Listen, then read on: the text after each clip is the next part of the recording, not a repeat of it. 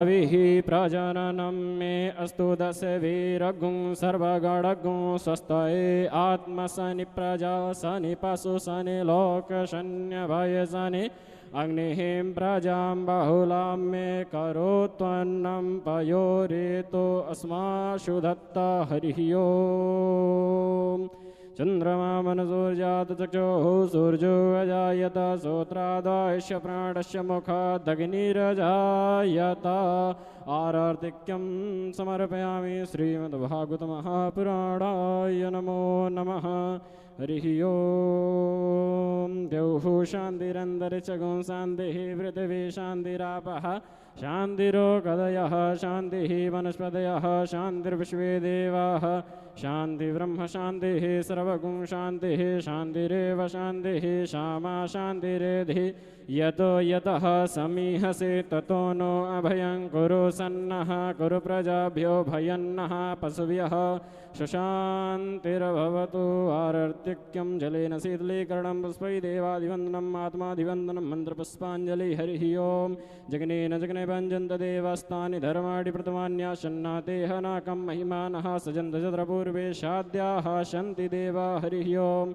एकदन्ताय विद्महे वक्रतुण्डाय धीमहि तन्नो दन्ती प्रचोदयात्। सेवन्ति काव्यकुलचम्पदपाटलाब्जे पुन्नागजाजकरमेढरसालपुष्पै विलपप्रवालतुलसीदलमञ्जरीभिः तां पूजयामि जगदीश्वर मे प्रसीद। नानासुगन्धिपुष्पाणि यथा कालोद्भवानि च पुष्पाञ्जलिर्मया दत्तो गृहाणः परमेश्वर। श्रीपुराणपुरुषोत्तमाय नमः। मन्त्रपुष्पाञ्जलिं समर्पयामि। बोलिए भागवत भगवान की जय। परम पूज्य श्री व्यास जी महाराज की जय। सद्गुरुदेव भगवान की जय। जय जय श्री राधे श्याम। जय जय श्री राधे श्याम। निताय गौर हरि बोल हरि बोल।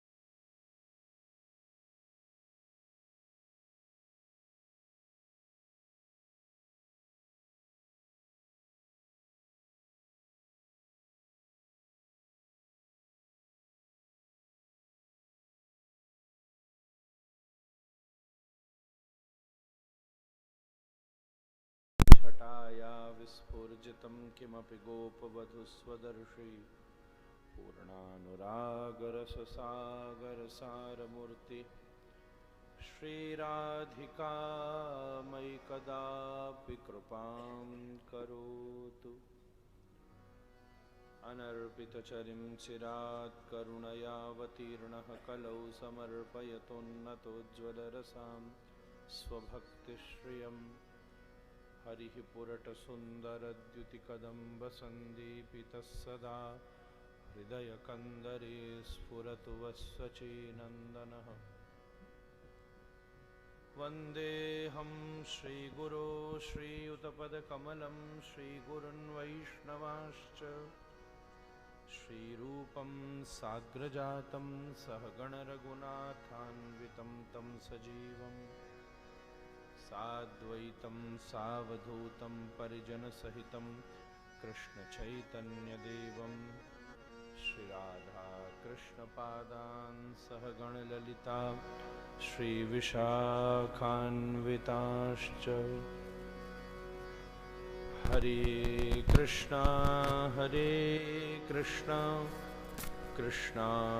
कृष्णा हरे हरे, हरे राम राम राम हरे हरे। हरे कृष्णा कृष्णा कृष्णा हरे हरे, हरे राम राम राम हरे हरे। हरे कृष्णा कृष्णा कृष्णा हरे हरे, हरे राम राम राम हरे हरे।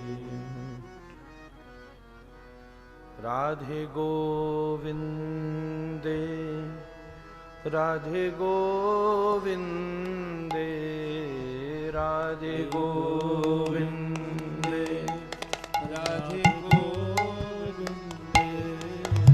जय जय राधारमण हरि गोविंदे, जय राधारमण हरि गोविंदे, जय जय राधारमण हरि गोविंदे, जय राधारमण हरि गोविंदे।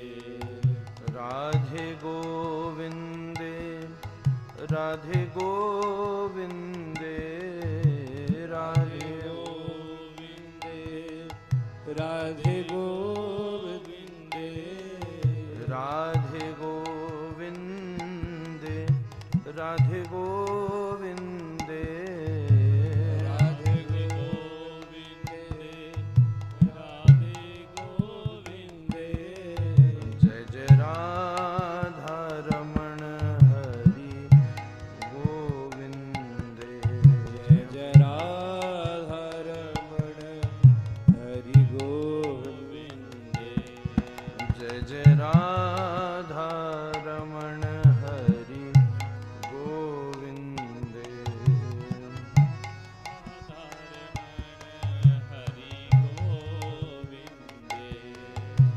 राधे गोविंदे राधे गोविंदे राधे गोविंदे राधे गोविंदे, राधे गोविंदे राधे गोविंदे, राधे गोविंदे राधे गोविंदे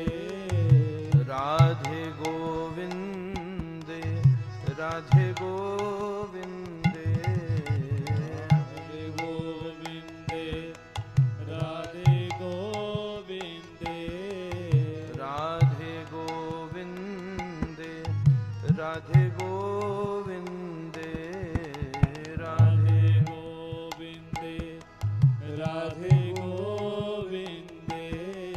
जय जय राधारमण हरि गोविंदे, जय राधारमण हरि गोविंदे, जय जय राधारमण हरि गोविंदे, राधारमण हरि गोविंदे, जय जय राधा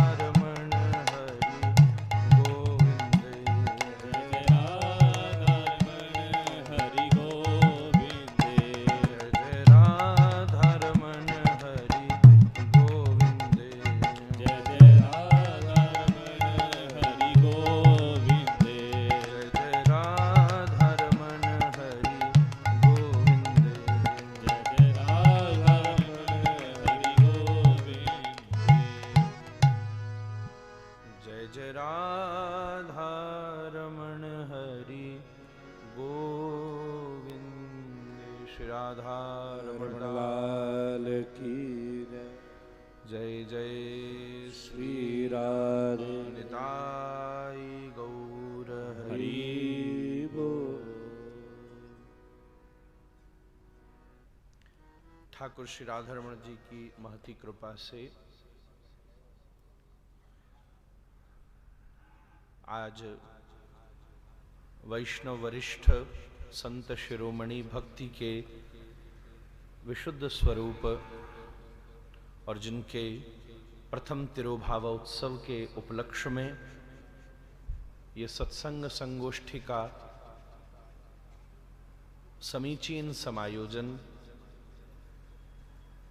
बड़ी विपन्नता और संपन्नता से युक्त होकर यहाँ पर आज आपन्न जीव को निवृत्त करने के लिए अपने स्वरूप में उपस्थित है। ऐसे हमारे परमादरणीय पूज्य श्री गोविंदास भक्तमाली जी महाराज के पावन चरणारविंदों में नतमस्तक पूर्वक उपस्थित सभी महंतजन, हमारे सबसे पहले चैतन्य कुटी वाले महाराज जी और सभी आदरणीय मंगल में मार्गदर्शक, इस बालक के विशेष मार्गदर्शक सभी संत और वैष्णवों को वांछा कल्पतरुभ्यश्च कृपा सिंधुभ्य एव च पतितानां पावनेभ्यो वैष्णवेभ्यो नमो नमः। कुछ दिन पूर्व ऐसी सूचना आई कि इस वर्ष 7 दिन पर्यंत बिलग बिलग आचार्यों के द्वारा यहाँ कथा संगोष्ठी करने का प्रारूप बना है। हालांकि ठाकुर जी ने अपनी एक व्यस्तता बनाई हुई थी, पर फिर भी जब चैतन्य कुटी, राधा गोविंद कुटी और सब ये अपने भावमय स्थानों का विचार आया और विशेषतः पूज्यपाद श्री भक्तमाली जी महाराज का संस्मरण आया, सो मैंने सूचना कही कि चाहे 5, 10, 15 मिनट ही सही, पर मेरा ये परम सौभाग्य होगा अगर मैं कोई अपनी वाणी की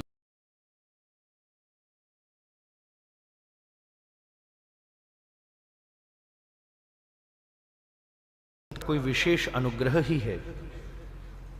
पिछले बार भी चैतन्य कुटी में बलात् मन बनाकर, योजना बना के अपनी रुचि के अनुसार बिल्कुल कम समय होते हुए भी हमारे श्री फूलडोलदास बाबा जी महाराज से आज्ञा करा के अपने उत्सव में भागवत कथा की सेवा का सौभाग्य श्री भक्तमाली जी ने इसी दास को प्रदान किया था। सो जब मुझे वो सेवा का अवसर उन्होंने उस दिन रुचि से प्रदान किया, तो केवल उसी उत्सव के एक स्मारिका रूप में, स्मृति रूप में उपस्थित होकर कुछ कहना मेरे लिए ही बड़ी धन्यता का विषय होगा। मन में अपनी स्वसंप्रदाय के समर्पित जितने भी वैष्णव आचार्य श्रेष्ठ हैं, सभी जो चैतन्य चरणाश्रित गौड़ीय संप्रदाय के संत महंत जन हैं, सभी वैष्णवों की सेवा करना भक्ति का अनुष्ठान है।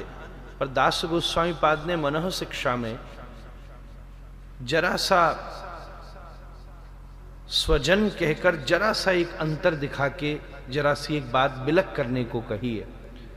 गुरौ गोष्ठे गोष्ठा लईस सुजनी भूसुरगणे। जब सुजनी कह दिया, इसका अर्थ यही हुआ कि कोई भी चैतन्य चरणाश्रित कोई भी वैष्णव कैसा नहीं हो, वो सब सर्वश्रेष्ठ है। वैष्णवेभ्यो नमो नमः है, इसमें कोई विवाद की बात नहीं है। कुछ दिन पहले वृंदावन में मीराबाई का उत्सव हो रहा था। श्री मीराबाई जी ने ऐसा सुनने में आया है कि पायो जी मैंने राम रतन धन पायो, श्री राम जी के आश्रय में गुरु मंत्र की दीक्षा प्राप्त की है, परंतु आपका स्नेह श्री कृष्ण चरणों में है, क्या विश्व में कोई भी मीरा को राम भक्त के रूप से नहीं, कृष्ण भक्त रूप से ही जानता है?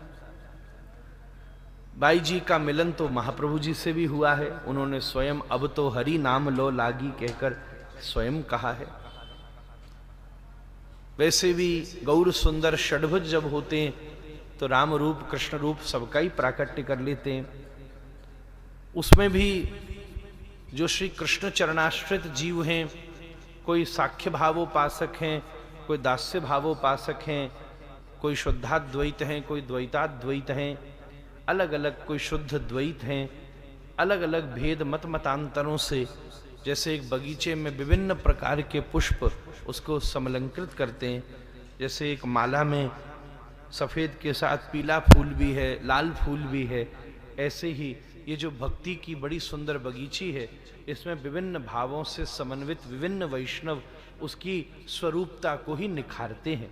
पर फिर भी श्रीपाद दास गोस्वामी ने यों करके कहा, सुजने भूसुरगणे, जो स्वजन है, जो एक ही मंत्रोपासना में, एक ही परिवेश में, एक ही परिकर में, जिनको एक ही मंत्र की, एक ही इष्ट की प्राप्ति हुई है, स्वाभाविक रूप से उनके प्रति एक विशेष स्नेहाधिक्य होना अति स्वाभाविक है, अति स्वाभाविक है।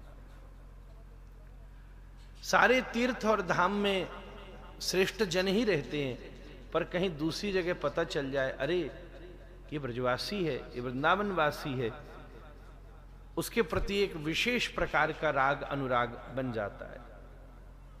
बहुत सारे संत ब्रज में रहते होंगे, यहां उन्हें अगर कोई ऐसा प्राप्त हो जाए जो उन्हीं की जन्मस्थली का हो, तो उसके प्रति एक विशेष प्रकार का संबंध बन जाता है। इसलिए सुजने भूसुरगणे, इस दास गोस्वामी पाद की परंपरा का पालन करते हुए श्रीमन महाप्रभु चरणाश्रित जितने भी वैष्णव हैं, उनके प्रति स्वाभाविक रूप से आपस में स्नेहाधिक्य होना कोई अतिशयोक्ति नहीं है, ये स्वाभाविक बात है। सही बात तो ये है कि ऐसे ऐसे भजनानंदी श्रेष्ठ संत वैष्णव ही किसी संप्रदाय की सर्वोत्तम शोभा है। केवल मठ, मंदिर, स्थान, वैभव, भंडारा, ये सब किसी भी संप्रदाय की शोभा नहीं हो सकते। ये तो फिर केवल लौकिक और भौतिक वस्तुएं ही हैं। किसी भी संप्रदाय की सबसे बड़ी शोभा है उसमें उत्पन्न होने वाला कोई भजन सिद्ध महापुरुष, भजनानंदी संत ही। भगवान की शोभा भी किसी संत से ही होती है। ठाकुर जी तो अनंत स्थानों पर, अनंत क्षेत्रों में विद्यमान रहते हैं। श्री शालिग्राम जी भी भगवत स्वरूप हैं, पहले से ही पूज्य होते हैं, पर जब श्री भट्ट गोपाल प्रभु अपने भजन प्रभाव से उनको श्री राधारमण जी के रूप में प्रकट कर देते हैं, तो आज सब तरफ जय जय राधारमण हरि बोल की ध्वनि हो जाती है। हमारे श्री गोविंद देव गोपीनाथ आदि विग्रह तो कब से ब्रज में विराजमान हैं, पर जब षड गोस्वामी पाद कृपा पूर्वक उनका सेवा प्रावधान करते हैं, तो आज संबंध, अभिधेय और प्रयोजन तत्व की सिद्धि के वो स्वरूप बन जाते हैं, गोविंद गोपीनाथ मदन मोहन। इसलिए वास्तविकता में तो जिसने भजन की प्राप्ति की है, साधु का आचरण किया है, गुरौ गोष्ठे गोष्ठा लयस सुजने भूसुरगणे स्वमंत्रे श्री नामनी ब्रजबन युवद्वंद शरणे सदा दंभम हित्वा कुरुरतिम पूर्वम अतितराम अये स्वांतर भ्रातश्चटुभिरभि याचे धृत पद। इस पद चिन्हों पर चला है। हमारे फूललोल बाबा जानते हैं, हमारे महाराज जी सब होते हुए भी जो उनका वाणी बल है, जो उनका भजन बल है, वही इस संप्रदाय की एक सबसे बड़ी ऊर्जा रहा है। इनके हाथ में, सब संतों के हाथ में जो माला झूली है, यही गौड़ीय संप्रदाय की संपत्ति है महाराज। वास्तविक संपत्ति तो ये भजन का ही बल है महाराज। यही उस संप्रदाय के सिद्धांत को पूर्त करता है। तो ऐसे भजन श्रेष्ठ जब कोई संत आ जाते हैं तो केवल लौकिक देह के संबंध ही नहीं बल्कि संप्रदाय और प्रणाली का भी उत्कर्ष और उत्थान और वर्धन कर देते हैं। संभवतः ऐसे ही हमारे पूज्यपाद श्री भक्तमाली जी महाराज हैं। आपने धाम प्रवेश के बाद ऐसे सुंदर सुंदर उत्सव कर लिए हैं महाराज। जीवन में हमको श्री प्रभु जी ने आज्ञा करी, वैसे तो सब अलग अलग अपने भाव से भक्तमाल के वक्तव्य कह रहे हैं, पर महाराज जी का यहां भक्तमाली जी का उत्सव हो रहा है। कुछ आप श्री गुरु महिमा पर कुछ कह दीजिए। सही बात तो यह है कि भक्तमाल गुरु महिमा का ही ग्रंथ है। श्री महंत जी, पूरी भक्तमाल हमको जितना भी अपनी अल्पमति से देखने का अवसर बना, हम सबकी मति कमजोर है, फिर भी हम जो देख सके यत किंचित।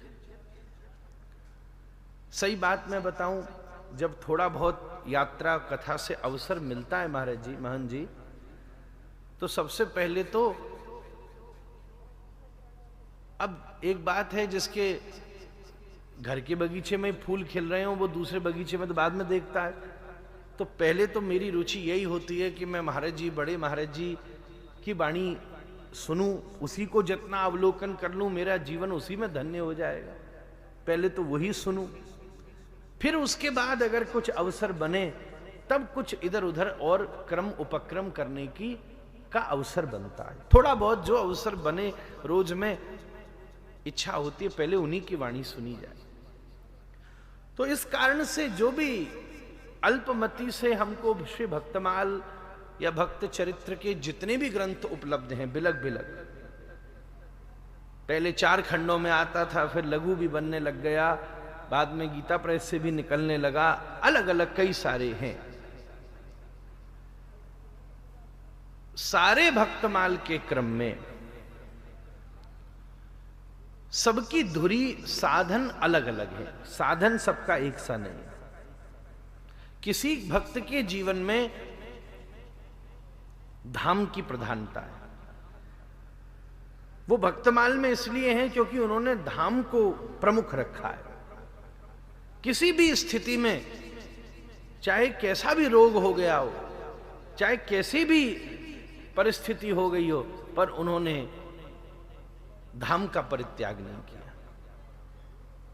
कई कई भक्तमाल के ऐसे भक्त श्रेष्ठ हैं जिनके जीवन में नाम की महिमा है। ज्यादातर तो नाम तो सभी के जीवन में ही है, पर फिर भी उन्होंने नाम को प्रधान रखा है। कोई कोई है सेवा को प्रधान रखा है।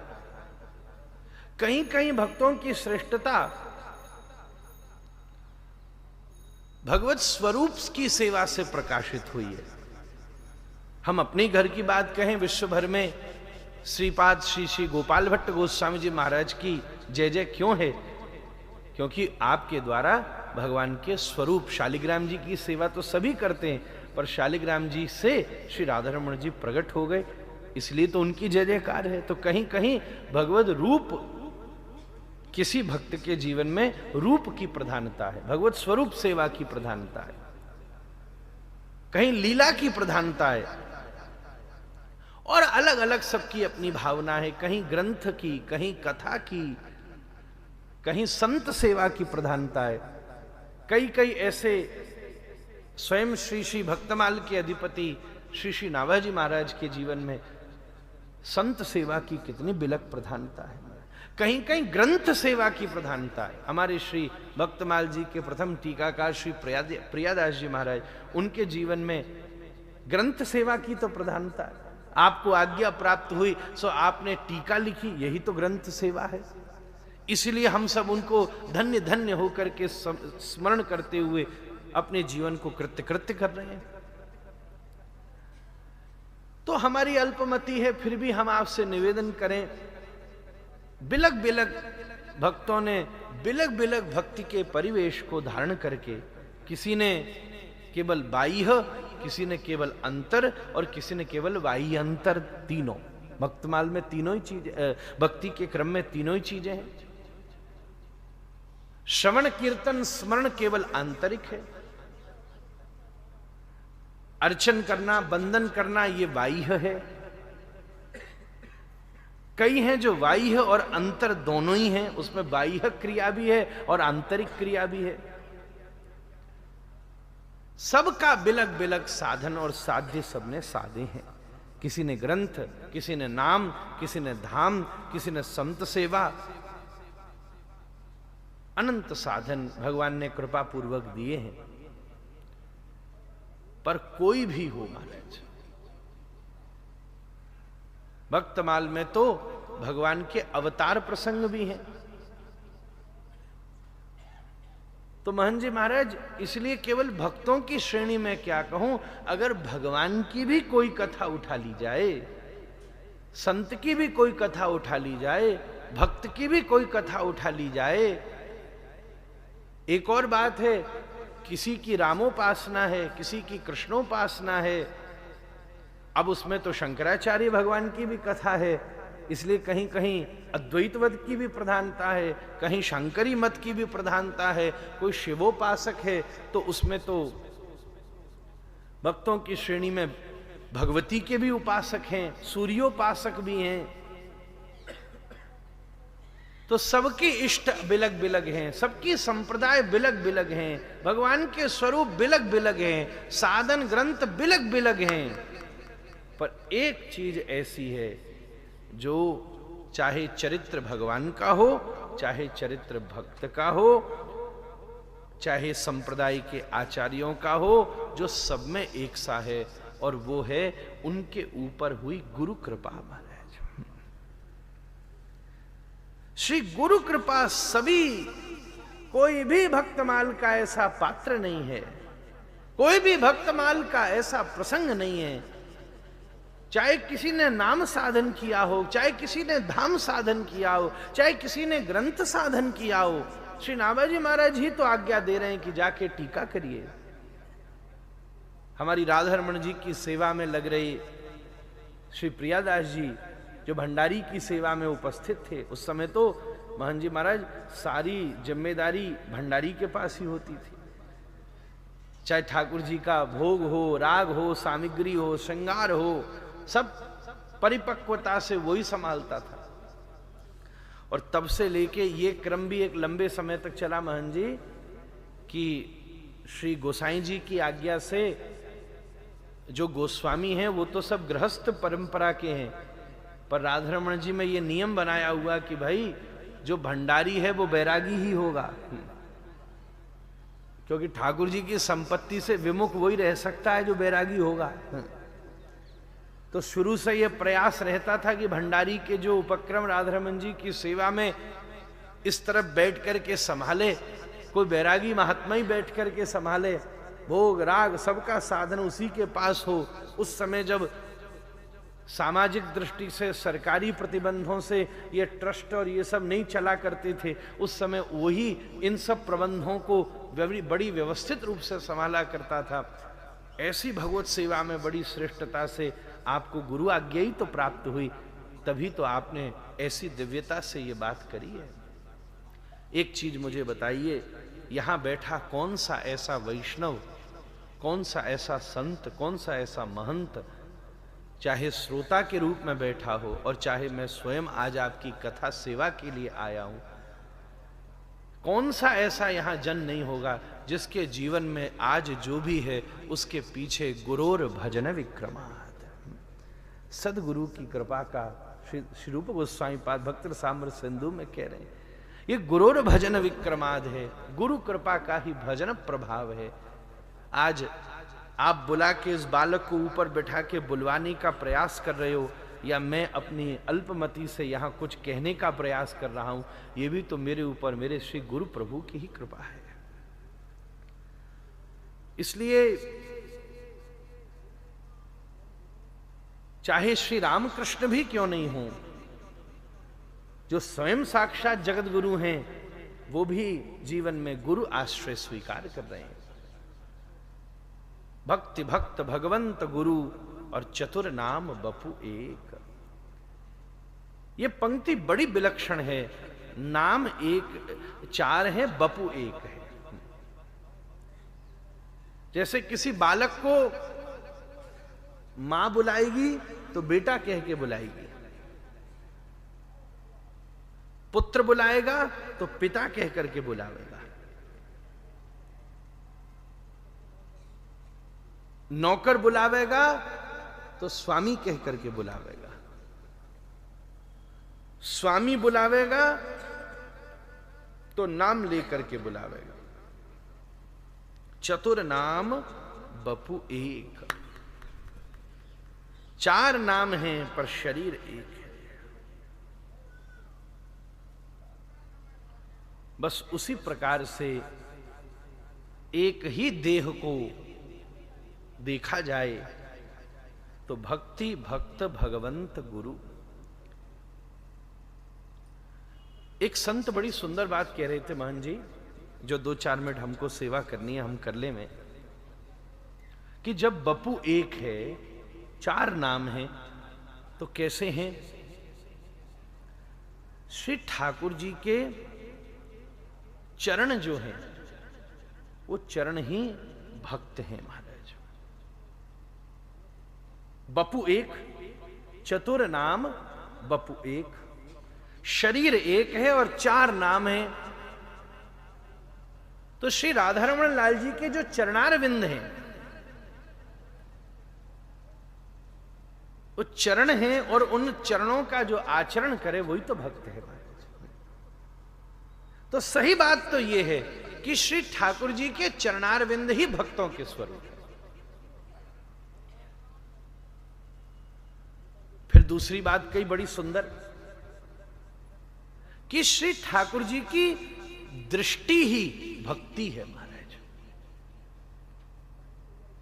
किसको भक्ति की प्राप्ति हो सकती है? हम जीवन में भक्ति क्या कर सकते हैं? वो तो ठाकुर जी ही कृपा पूर्वक हृदय में भक्ति की स्थापना करते हैं। भगवान को वही प्रिय है, भक्ति प्रियो माधव। हमको वही तो जो प्रिय होता है वही हम देखते हैं महाराज। श्री ठाकुर जी की दृष्टि ही भक्ति का स्वरूप है। श्री ठाकुर जी के चरणारविंद ही भक्त का स्वरूप है। तीसरी बात कही, श्री ठाकुर जी का की कृपा ही गुरु का स्वरूप है। भगवान जब कृपा पूर्वक अपने हस्तकमल को उठा करके जीव के ऊपर श्री करग्रहम, जब श्री करग्रहम शिरसि देहि न श्री करग्रहम, श्री गोपियां कह रही हैं, वो अनुग्रह का स्वरूप ही गुरु का स्वरूप है। और भगवान का वास्तविक स्वरूप तो उनका ही दिव्य अंग प्रत्यंग ही भगवंत है महाराज। निश्चित रूप से जब भगवान इस संसार में भ्रमण करते हैं तब गुरु रूप में भ्रमण करते हैं, और जब गुरु ही नित्य धाम में भ्रमण करते हैं तब गोविंद रूप में भ्रमण करते हैं। चतुर नाम बपु एक। श्रीमद् भागवत में श्री कृष्ण स्वयं उद्धव को कह रहे हैं, आचार्यम माम विजानीयात नाव मन्येत करहिचित। जानियात नहीं कहा, विशिष्ट जानियात कहा। वो आचार्य जन, गुरुजन और भी श्रेष्ठ हैं, सर्वश्रेष्ठ हैं महाराज। सही बात तो ये है, गोविंद की महिमा तो फिर भी प्रयास करके कही जा सकती है, पर अथक प्रयास के बाद भी अनंत शास्त्रों का अवलोकन करते हुए भी श्री गुरु महिमा नहीं कही जा सकती। वैसे तो संसार में राग अनुराग जितने भी प्रकार के विकार हैं वो सब केवल बंधन के कारण हैं, परंतु वही विकार जब श्री गुरु चरणों में हो जाते हैं तब वो जीव के निवृत्ति के साधन बन जाते हैं। अगर अनुराग जगत के प्रति होगा तो बंधन का कारण बन जाएगा, और वही अनुराग अगर श्री गुरु चरणारविंद में हो जाएगा तो निवृत्ति का कारण बन जाएगा। इस पूरे धार्मिक प्रणाली में अगर कोई सर्वोत्तम महिमा है, एक बार श्री सूरदास जी से पूछा, आपने इतने पद लिखे, आपने गुरु महिमा का कोई भी एक पद क्यों नहीं लिखा? सूरदास जी, आपने गुरु महिमा का कोई भी एक पद नहीं लिखा, ठाकुर जी की सब लीलाओं के पद लिखे। भागवत जी के लगभग सभी प्रसंगों के पद लिखे। सूरदास जी की वाणी गाई जाए तो संपूर्ण श्रीमद् भागवत का रहस्य उद्घाटन हो जाएगा।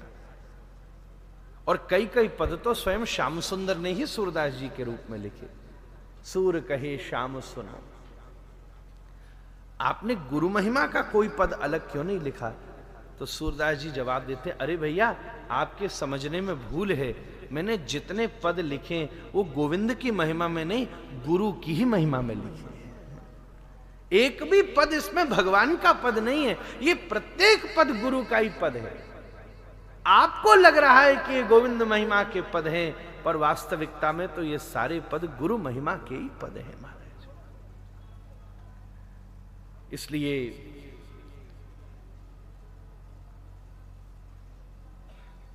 गुरु निष्ठा से बड़ा कुछ नहीं हो सकता। श्रीमद् भागवत कहती है, गुरु शुश्रूषया विद्या। हम सबके जीवन में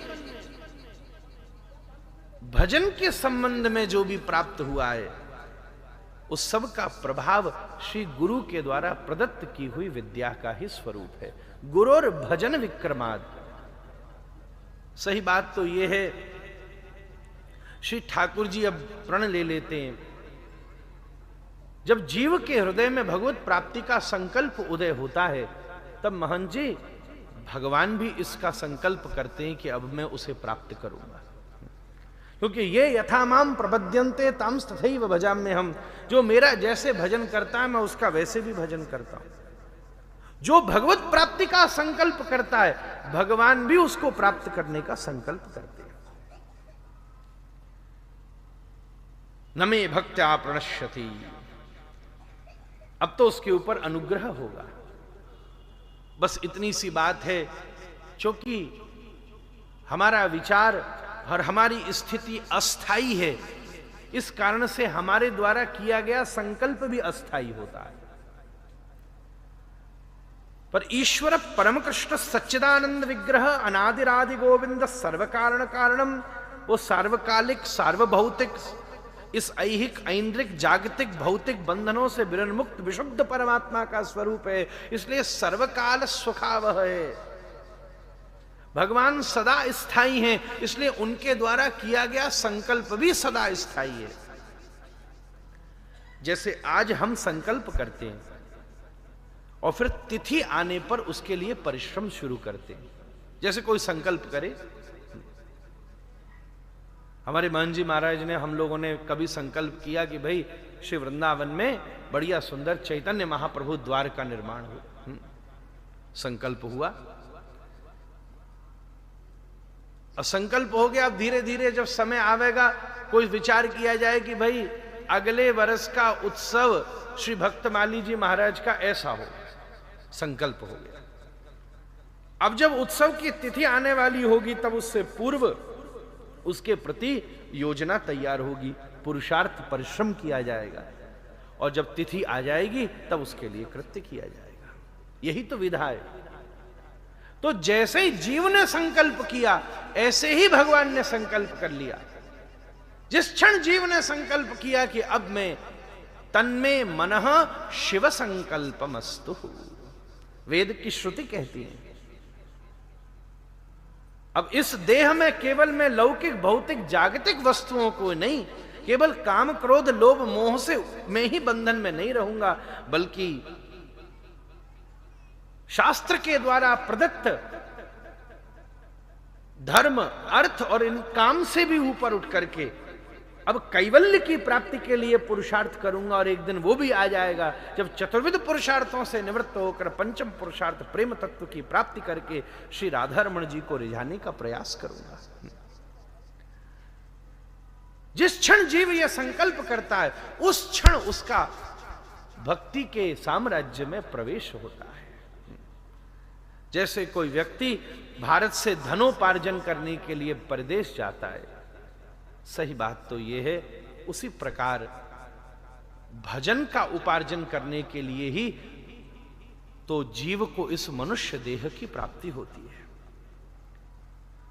शरीर माध्यम खलु धर्म साधन, और कहीं न कहीं उसके पूर्वजनित संस्कारों के प्रभाव से, संग के प्रभाव से, कोई न कोई उसके पूर्वकृत्य प्रवृत्ति, किसी न किसी संपर्क से जब उसके जीवन में इस संस्कार का उदय होता है कि भाग्योदयेन बहुजन्म समर्जतेन सत्संग मम च लभते पुरुषो यदा वै, उसको किसी संत की प्राप्ति हो जाती है और वो संत के प्रति पहले प्रभावित होता है।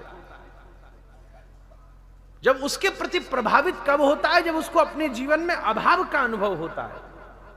अरे वाह, लाखों पैसा मैंने इकट्ठा कर लिया, संपत्ति इकट्ठी कर ली, स्वास्थ्य इकट्ठा कर लिया, उसके बाद भी मेरे जीवन में संतुष्टि और आनंद का वो एक बिंदु मात्र नहीं है जिसके अनंत मेघ इस महात्मा के शीश के ऊपर परिवर्षित होते हैं। ऐसा इसके पास क्या है?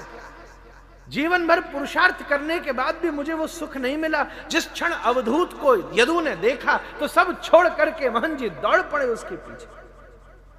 मंत्री ने रोका, इतना बड़ा राजा होकर इस फक्कड़ नंग धड़ंग अवधूत के पीछे कहां चला आ रहा है? मंत्री के उठा करके गोदी में मुकुट फेंक दिया।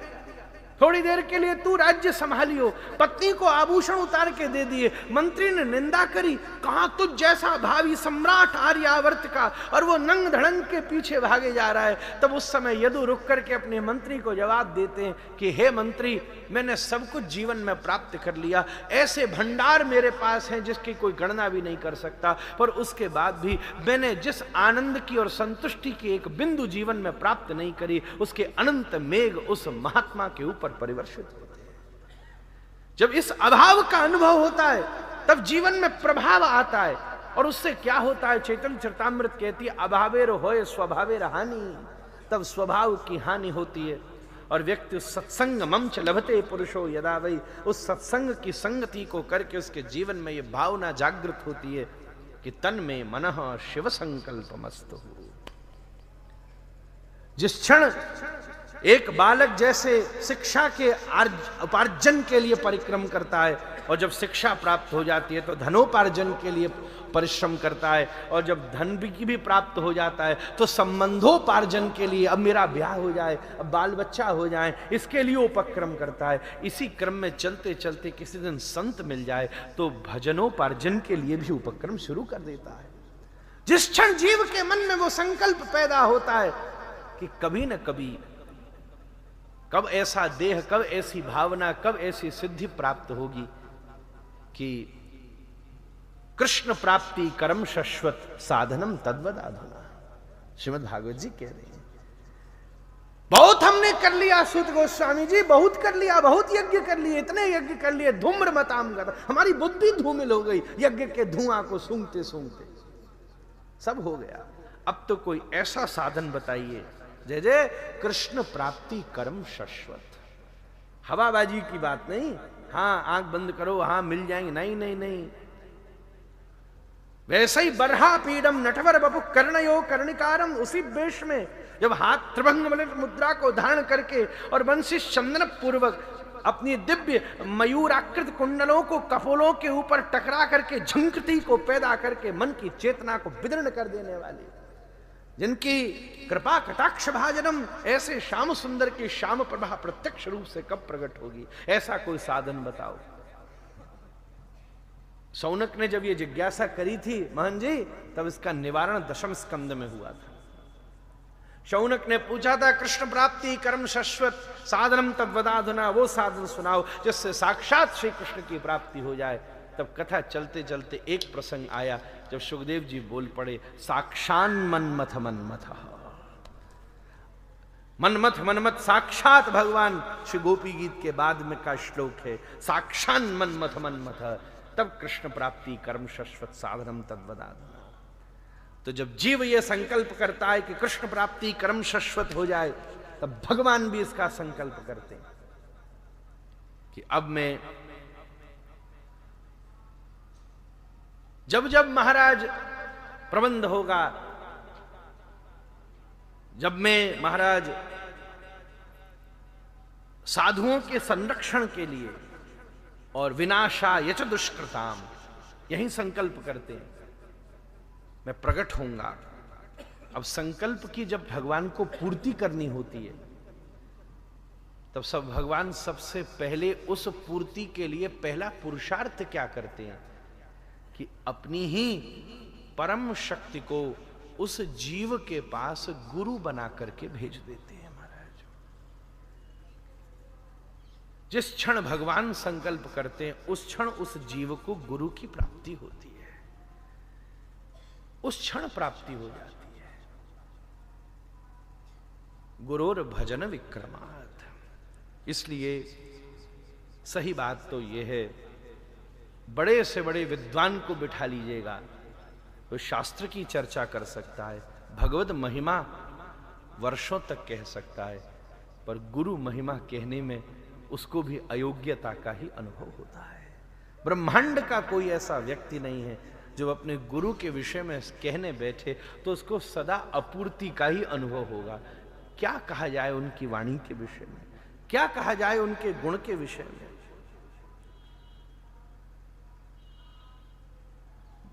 इसी प्रकार से गुरु ही हमारे जीवन में अलग अलग रूप से प्रकट होकर प्रभावित होता है।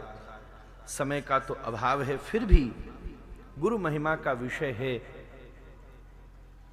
तो स्कंद पुराण में 7 प्रकार के गुरुओं का वर्णन किया गया है। बस इसका मैं व्याख्या तो जब भैया अगली बार बुलाओगे जब करूंगा, पर फिर भी अगली बार की विषय वस्तु का निर्णय करना ठीक रहेगा। गुरु महिमा आपने कहा था तो हमने गुरु महिमा तो सुनाई दी।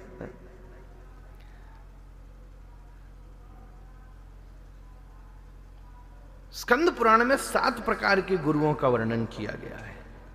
एक होता है सूचक गुरु। सूचक गुरु उसको कहते हैं जो आजकल जैसे हमारे स्कूलों में एक प्रकार से हम सब भी पढ़े हैं, छोटी जो स्कूल में एक प्रकार से जो किसी निर्धारित विषय वस्तु को हमें बताता है। शिक्षा गुरु और सूचक गुरु में फर्क है। शिक्षा गुरु किसको कहेंगे? जो हमारी जिज्ञासा स्थिति के अनुसार हमें शिक्षा देगा। और सूचक गुरु किसको कहेंगे? जो हमारी स्थिति का विचार नहीं करेगा, जो विषय वस्तु के अनुसार हमको शिक्षा देगा। टीचर में तो स्कूल में तो जो किताब फिक्स होती है वही तो वो पढ़ा सकता है, इसलिए उसको कहते हैं सूचक गुरु। फिर इसी में एक होता है वाचक गुरु। जैसे हम इस समय आपके वाचक गुरु हैं। जैसे जब कोई संत, रोज आपको 7 जन आ रहे, 7 आपके कौन है? वाचक गुरु हैं।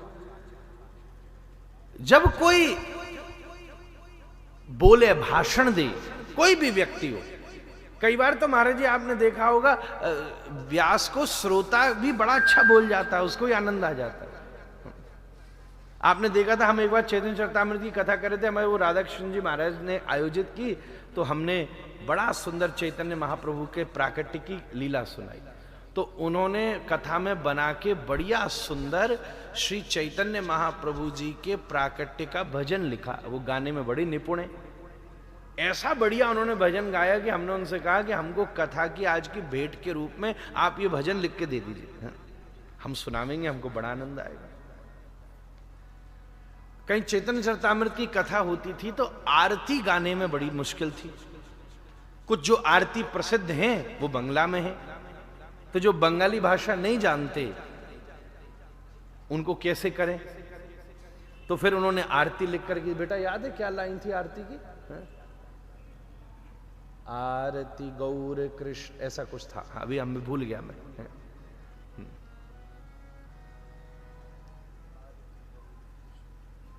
हाँ, आरती गौर कृष्ण की जय, अपनो जन्म सफल कर लीजिए। तो जहां बंगाली भाषा का प्रवेश नहीं हो वहां गाने से वैष्णवों को सुख मिलता है। तो कई बार ऐसा थोड़ी ना व्यासपीठ पे बैठ के कहीं के किसी के कहने से, वाचन करने से किसी को कोई वस्तु की प्राप्ति हो गई तो वो वाचक गुरु हो गए। सूचक गुरु दूसरे होते हैं वाचक गुरु, दूसरा होता है बोधक गुरु महाराज, जो एक प्रकार से जीवन में बिलक बिलक घटनाओं के समय या अपने जीवन की घटनाओं से शिष्य की शिक्षा देता है। भाषण तो नहीं देता, स्कूली पढ़ाई भी नहीं कराता, पर दैनिक क्रियाकलापों की विविध विविध क्रियाओं से या उसके जीवन की या स्वयं के जीवन की विविध विविध घटनाओं से वो अपने शिष्य को शिक्षा देता है। उपदेशक नहीं है पर बौद्धक है महाराज। हम जैसे भक्तमाल के प्रसंगों में कई सारे भक्त के मात्र चरित्रों को पढ़ करके इस समय उन्होंने ऐसा किया, उस समय इन्होंने ऐसा किया, ये सब हमारे जीवन में बौद्धक शिक्षा का प्रसंग है।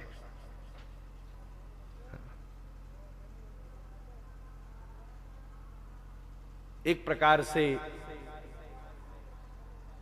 कितने महात्माएं परिक्रमा देते हैं महाराज, तो सूचक भी नहीं है, वाचक भी नहीं है, पर परिक्रमा देते। तो एक बार क्या हुआ महाराज जी, 2-3 वर्ष पुरानी बात ही है, कोरोना का समय जब फैला हुआ था, आपसे हम भी खूब बार मिले, हम भी यहीं थे, तो अब क्या करें, तो हमने, वैसे मुझे जब जब समय मिलता है मैं चला जाता हूं, आप तो चेक पॉइंट है महाराज चैतन्य कुटी, तो तुरंत हमारी नजर पड़ी जाती है, पर वृंदावन की परिक्रमा हम देते ही था मैं रोज। तो उस समय एक हमारा शिष्य आया, वैष्णव बालक था। अब मैं दिन भर थोड़ा थोड़ा व्यस्त रहता था, उसको कोई एक बात हमसे पूछनी थी। अब कई ऐसे भोले भाले लोग होते हैं कि कई बार छोटी छोटी चीज पूछने भी आई जाते हैं, हालांकि उसका कोई इतना बड़ा समाधान नहीं है, फिर भी वो आ गया।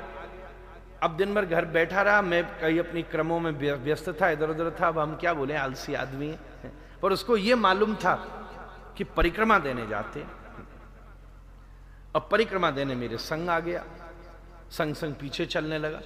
एक बार उसने चल के पूछा कि एक बात पूछनी है, तो मैं माला पे इशारा कर दिया, माला चल रही थी मेरी, मैंने कही मैं ये करके फिर बताता हूं, तो संग संग चलने लगा।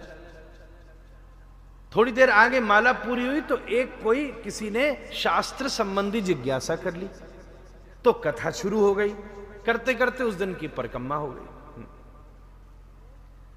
फिर हम घर पहुंचे, दिल्ली जाना था, तो ऐसे 3 दिन तक क्रम चलता रहा। 3 दिन बाद वो वापस चला गया। अब कई बार क्या होता है कि कोई चला जाए तो मन में ख्याल आता है कि 3 दिन से साथ चल रहा था, हमने कहा वो कहां गया आज, बोले महाराज वो तो वापस चला गया। हमने कि वापस चला गया, इसका मतलब नाराज होके चला गया।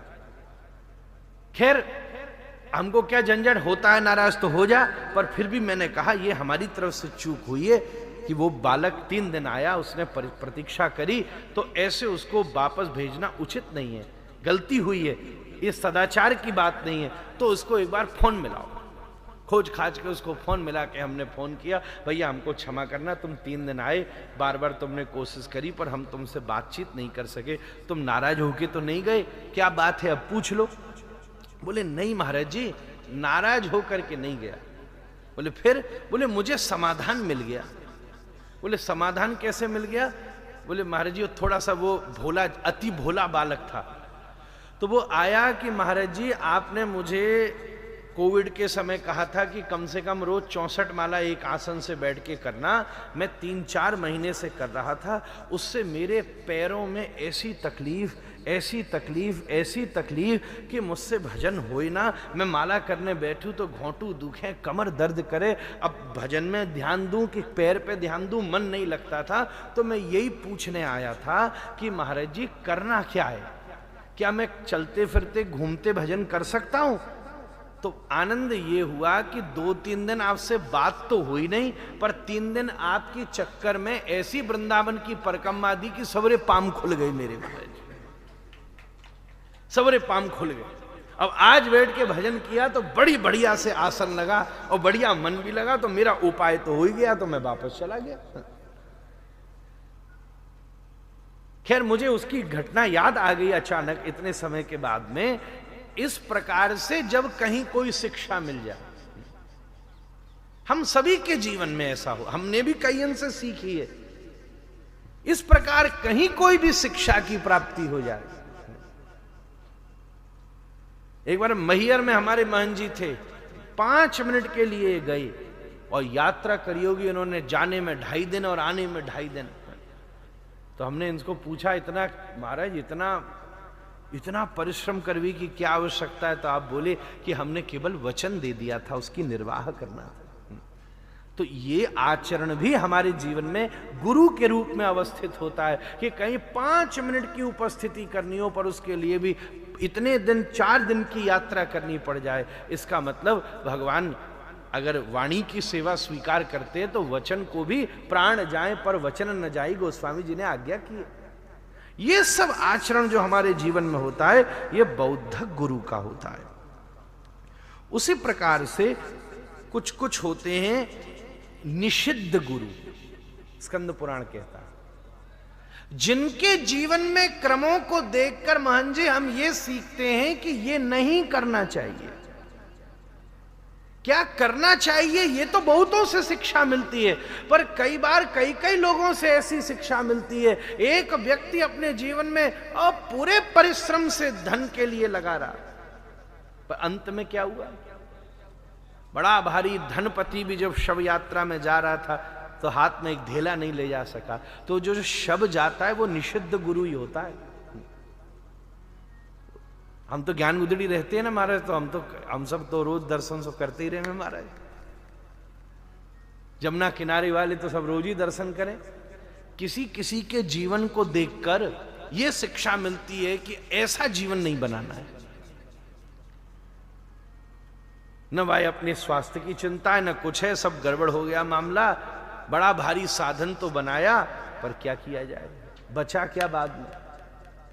इस प्रकार के कृत्य को करके रावण बड़ा विद्वान है, बुद्धिमान है, सब कुछ है, पर वहां सीखने को मिला अगर उसके जीवन में आचरण की पवित्रता नहीं है तो कितना भी शास्त्रज्ञ वेदज्ञ क्यों नहीं हो, उसको श्रेष्ठ की श्रेणी में नहीं रखा जा सकता। ये सब निषिद्ध गुरु के, जिनके जीवन को देखकर वैसा न बनने की शिक्षा प्राप्त हो जाए, उसको स्कंद पुराण कहते हैं। वो निषिद्ध, उसको भी गुरु की तरह ही धन्यवाद करना चाहिए। ध्रुव जी ने जाकर के अपनी विमाता को प्रणाम किया कि मैया तू कठोर नहीं बोलती तो मुझे कहां भजन करने की प्रेरणा प्राप्त होती। ये निषिद्ध गुरु होता है। कई बार कोई आपसे ऐसा वचन कह देता है, आप कहो वो हमें परेशान कर रहा है, तो सामने वाला उसके प्रति अति कठोरी कोई बात कह दे तो अपने आप बचने का प्रयास करते हो, नहीं हमें ये काम कभी नहीं करना। ये निषिद्ध गुरु का प्रभाव कहा गया है।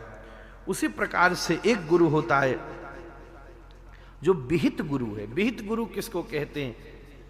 जो भगवान जहां हमारी उपासना है, जो हमारा इष्ट है, जो हमारा मंत्र है, जो हमारा ग्रंथ है, जो हमारी प्रणाली है, उस प्रणाली के विषय में जो हमको शिक्षित करेगा। हमारा धाम ये है, हमारा तीर्थ ये है, हमारा मुख्य ग्रंथ क्या है, हमारी उपासना प्रणाली क्या है। मान जी, आराध्यो भगवान ब्रजेश तनय तद्धाम वृंदावनम रम्या काज दुपासना ब्रजबधु वर्गेण याच कल्पिता। ये सब हमारी प्रणाली है। श्रीमद् भागवतम प्रमाण ममलम प्रेमा पुमर्थो महान श्री चैतन्य महाप्रभुर मतमिदम तत्राग्रहो नापा। इसको कहा गया विहित गुरु। हम जब अब जिस धर्म में, धर्म का आचरण संप्रदाय के आश्रम में ही तो होगा महाराज। आपको हम पेड़ पर चढ़ गए तो पेड़ पे चढ़ोगे तो किसी डाली पर ही तो चढ़ोगे। ऐसे धर्म के वृक्ष की जो विभिन्न संप्रदायों की डाली है वहीं तो किसी फल को तोड़कर खाया जाएगा। तो जो हमारी उपासना का स्वरूप है उसी को हमने विहित गुरु के रूप में अवस्थित किया है। फिर एक होता है कर्णख्या गुरु। कर्णख्या गुरु किसको कहते हैं? विशेष प्रकार से जिसका दर्शन करके हमारे मन में वैराग्य की प्रधानता जागृत होती है। वो दूसरा भी हो सकता है, पर जब कभी कभी चाहे धर्म जगत के भी प्रबंधनों में व्यक्ति को बड़ी जटिलता आती है, तब किसी न किसी कर्णख्या गुरु का दर्शन करके ये सब झंझट छोड़ के विशुद्ध भाव से महाराज भजन करना ही जीवन की सबसे बड़ी औषधि है महाराज। हम जब कई हमारे पूज्य चरण श्री पंडित बाबा जी महाराज, श्री तीन कोड़ी वाले महाराज जी, ये सब तीन कोड़ी बाबा, ये सब ऐसे ऐसे श्रेष्ठतम विशुद्ध वैष्णव रहे महाराज, जिनकी प्रसंगों को सुनकर हमको ऐसी प्रेरणा प्राप्त होती है कि अब हम विशुद्ध वैराग्य के मार्ग पर चलें। पहाड़ी बाबा जी महाराज ऐसे ऐसे श्रेष्ठ संत। भजन नहीं, उस भजन में भी जो वैराग्य की प्रधानता हमारे जीवन में प्रदान करता है। जैसे भागवत जी में जो गौकर्ण जी उपदेश कर रहे हैं वो कर्णाख्या गुरु का उपदेश है। देहिस्ते माम सरुद्रो विमतम त्यजध्व। क्या चक्कर में फंस रहे हो पिताजी, ये सब छोड़ो, जा करके वन में भजन करो। धर्मम भजस्व सततम त्यज लोक धर्मान। ये सब छोड़ो लोक धर्म। इसको कहते कर्णाख्या गुरु महाराज, जिसने हमें विशेषतः केवल लौकिक जगत को समझाया नहीं, लौकिक जगत को छोड़ाने में हमारा प्रबंध कर दिया, प्रयत्न कर दिया। कितने कितने संत हैं जिन्होंने हमें ये कहा महाराज जी, चाहे वो किसी भिन्न संप्रदाय के हों, पर उन्होंने हमें एक बात ये कही है महाराज जी कि हमने जीवन में जब ऐसा विचार किया कि अब केवल सब त्यज भजन करूं दिन राती, ये भावना मन में जगी केवल श्री चैतन्य चरितामृत पढ़ लेने मात्र से महाराज, कि अब सब छोड़ा जाए। उसको कहा जाता है कर्णख्या गुरु। और फिर अंततो गत्वा सप्तम पदवी होती है, जिसको हम सदगुरु कहते हैं या परम गुरु कहते हैं। वो कौन होता है? जिसके भजन का बल हमारे पास होता है, जहां भरोसा पक्का हो जाए, जहां दीक्षा प्राप्त हो जाए, वो सदगुरु है, वो परम गुरु है। श्रीपाद चक्रवर्ती पाद जिन के लिए कह रहे हैं, वंदे गुरु श्री चरण अरविंदम। वो परम गुरु सदगुरु साक्षात भगवान के स्वरूप के रूप में हम सबके जीवन में प्राप्त होते हैं। सही बात तो ये है, जैसे श्री भगवान दशावतार ग्रहण करते हैं, ऐसे ही भगवान इस 7 प्रकार के गुरु स्वरूपों को धारण करके जीव के ऊपर अनुग्रह, कोई बड़ा है छोटा है ये गणना नहीं है, ये सभी उसमें योगदान करते हैं। ऐसे श्री गुरु महिमा को कोई जीव जीवन भर गा करके भी पूर्त नहीं कर सकता। हम सबके जीवन में संतों के रूप में, भगवंतों के रूप में, ग्रंथों के रूप में गुरु की कृपा अवस्थित है। वही जीवन का सबसे बड़ा बल है। हम सब अपने अपने भाव से अपने श्री गुरु प्रभु के चरणों में प्रणिपात निवेदन करते हैं, और साथ में श्री भक्तमाली जी की कृपा जिनको प्राप्त हुई है, उन कृपा पात्र वैष्णवों को और श्री भक्तमाली जी के पावन चरणों में मंगल प्रणिपात पूर्वक श्री गुरु महिमा की भावना को इसी रूप में परिणत करते हैं। सही बात कहूँ तो मन तो अब ठहरा है, प्रसंग ने तो अब थोड़ा सा प्रवेश प्राप्त किया है, परंतु जो भी यत्किंचल अल्पमति से ये बालक आपकी सेवा का परिश्रम कर सका है, वो करने का उसने प्रयास किया है। आप सब भी गुरुवत रूप से इस बालक के ऊपर अपना परम अनुग्रह सदा सदा सदा सदा परिवर्षित करते रहें।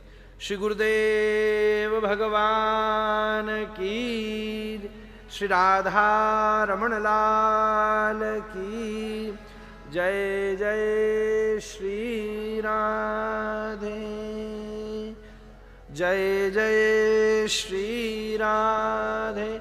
निताई गौर हरि बोल। श्री शंकरषण भगवान की जय। 2 मिनट हरि नाम संकीर्तन। हरे कृष्णा कृष्णा कृष्णा हरे हरे, हरे राम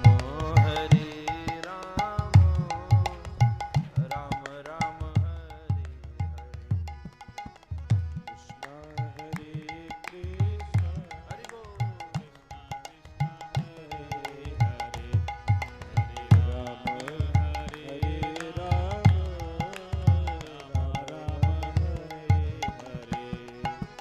कृष्णा कृष्णा कृष्णा हरे हरे, हरे राम राम राम हरे हरे। हरे कृष्णा कृष्णा हरे हरे, हरे राम राम हरे हरे। कृष्णा कृष्णा कृष्णा हरे हरे, हरे राम राम हरे हरे। हरे कृष्णा कृष्णा कृष्णा हरे हरे, हरे राम राम हरे हरे।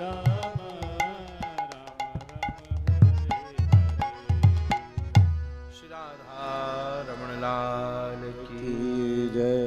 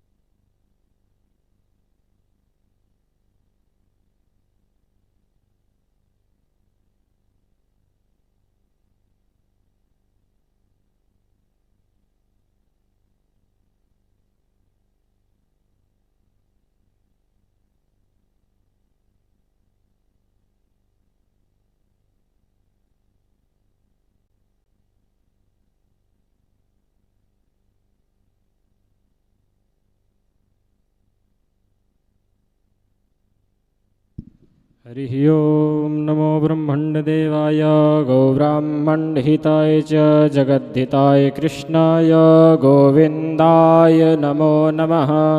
कस्तूरितिलकं ललाटपटले वक्षस्थले कौस्तुभं नासाग्रे वरमौक्तिकं करतले वेणुतले कङ्कणं सर्वाङ्गे हरिचन्दनं सुललितं कण्ठे च मुक्तावली। गोपास्त्रीपरिवेष्टितो विजयते गोपालचूडामणि। नारायणं नमस्कृत्यं नरं चैव नरोत्तमं देवीं सरस्वतीं व्यासं ततो जयमुदीरयेत्, ततो जयमुदीरयेत्। हरिः ओं बोलिए सद्गुरुदेव भगवान की जय। परम पूज्य व्यास जी महाराज की जय। भागवत भगवान की जय। राधा रमण लाल जो की जय। हरिः ओम।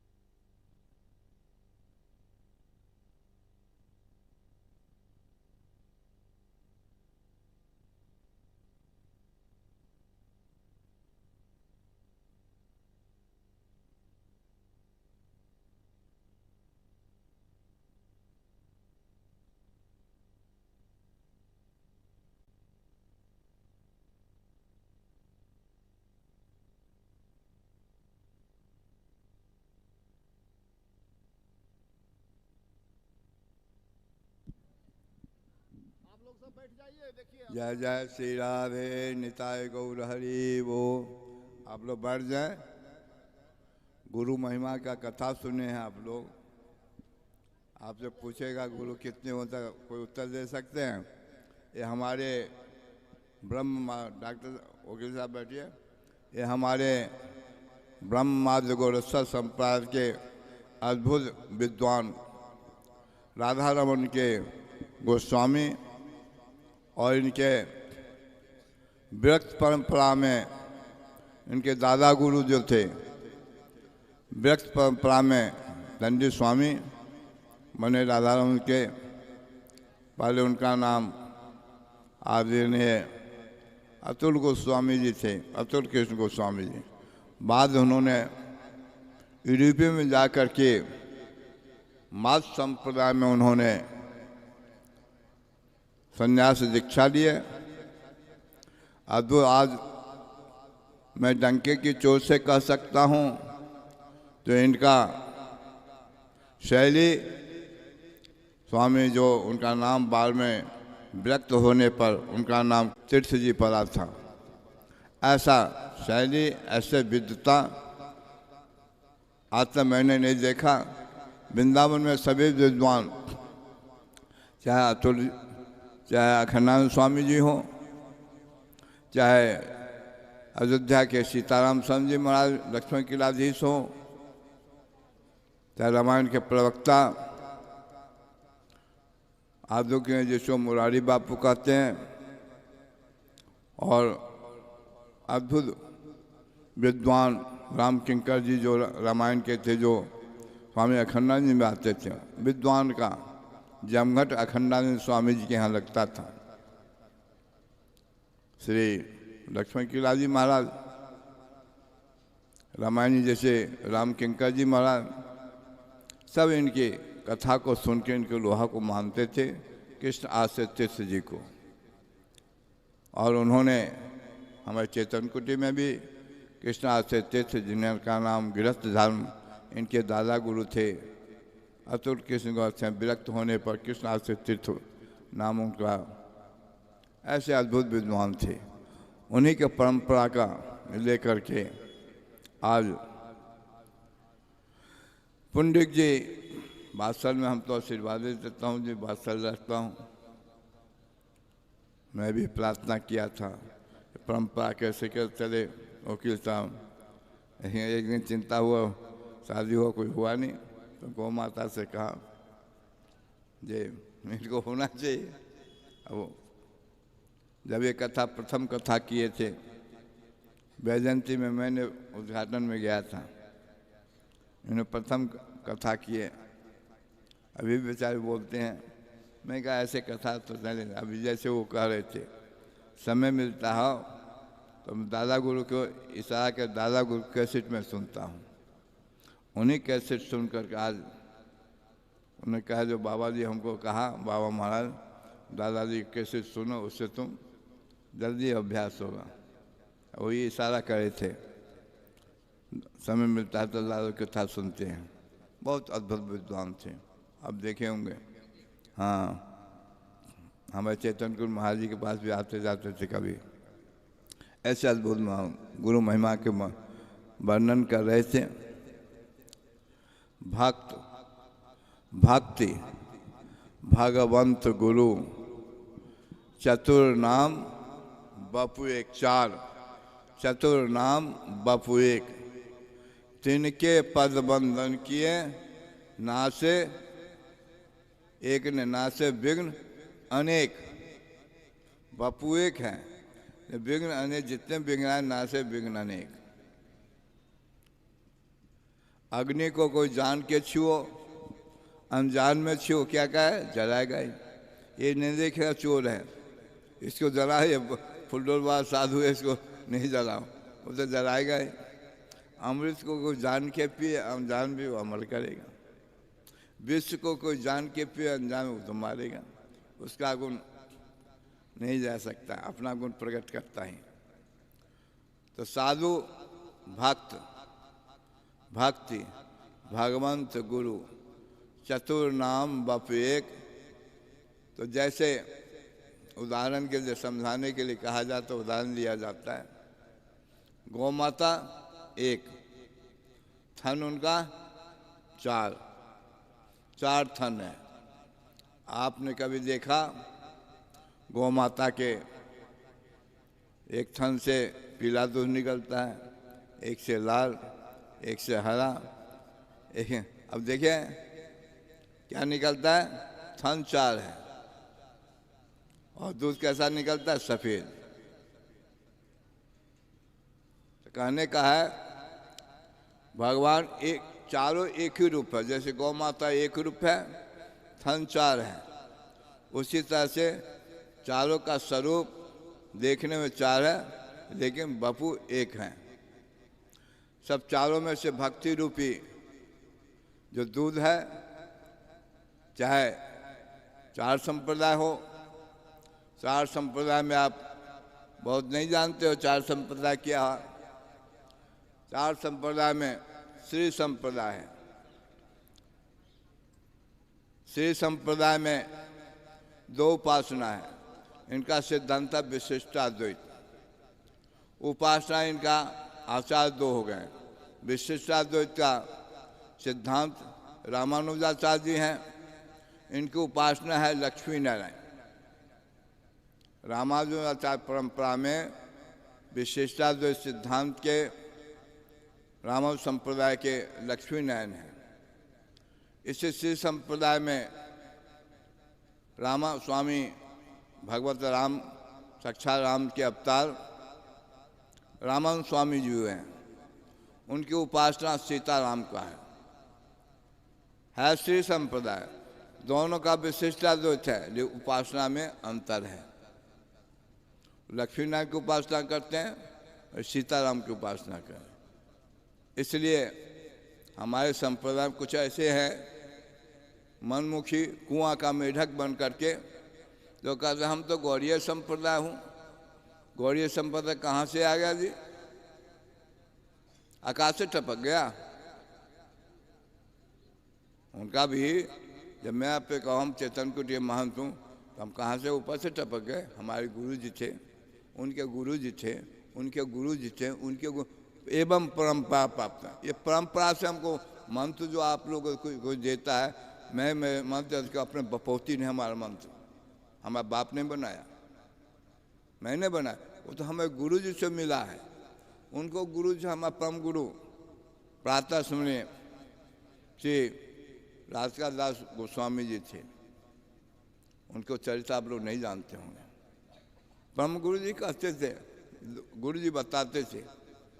अब तो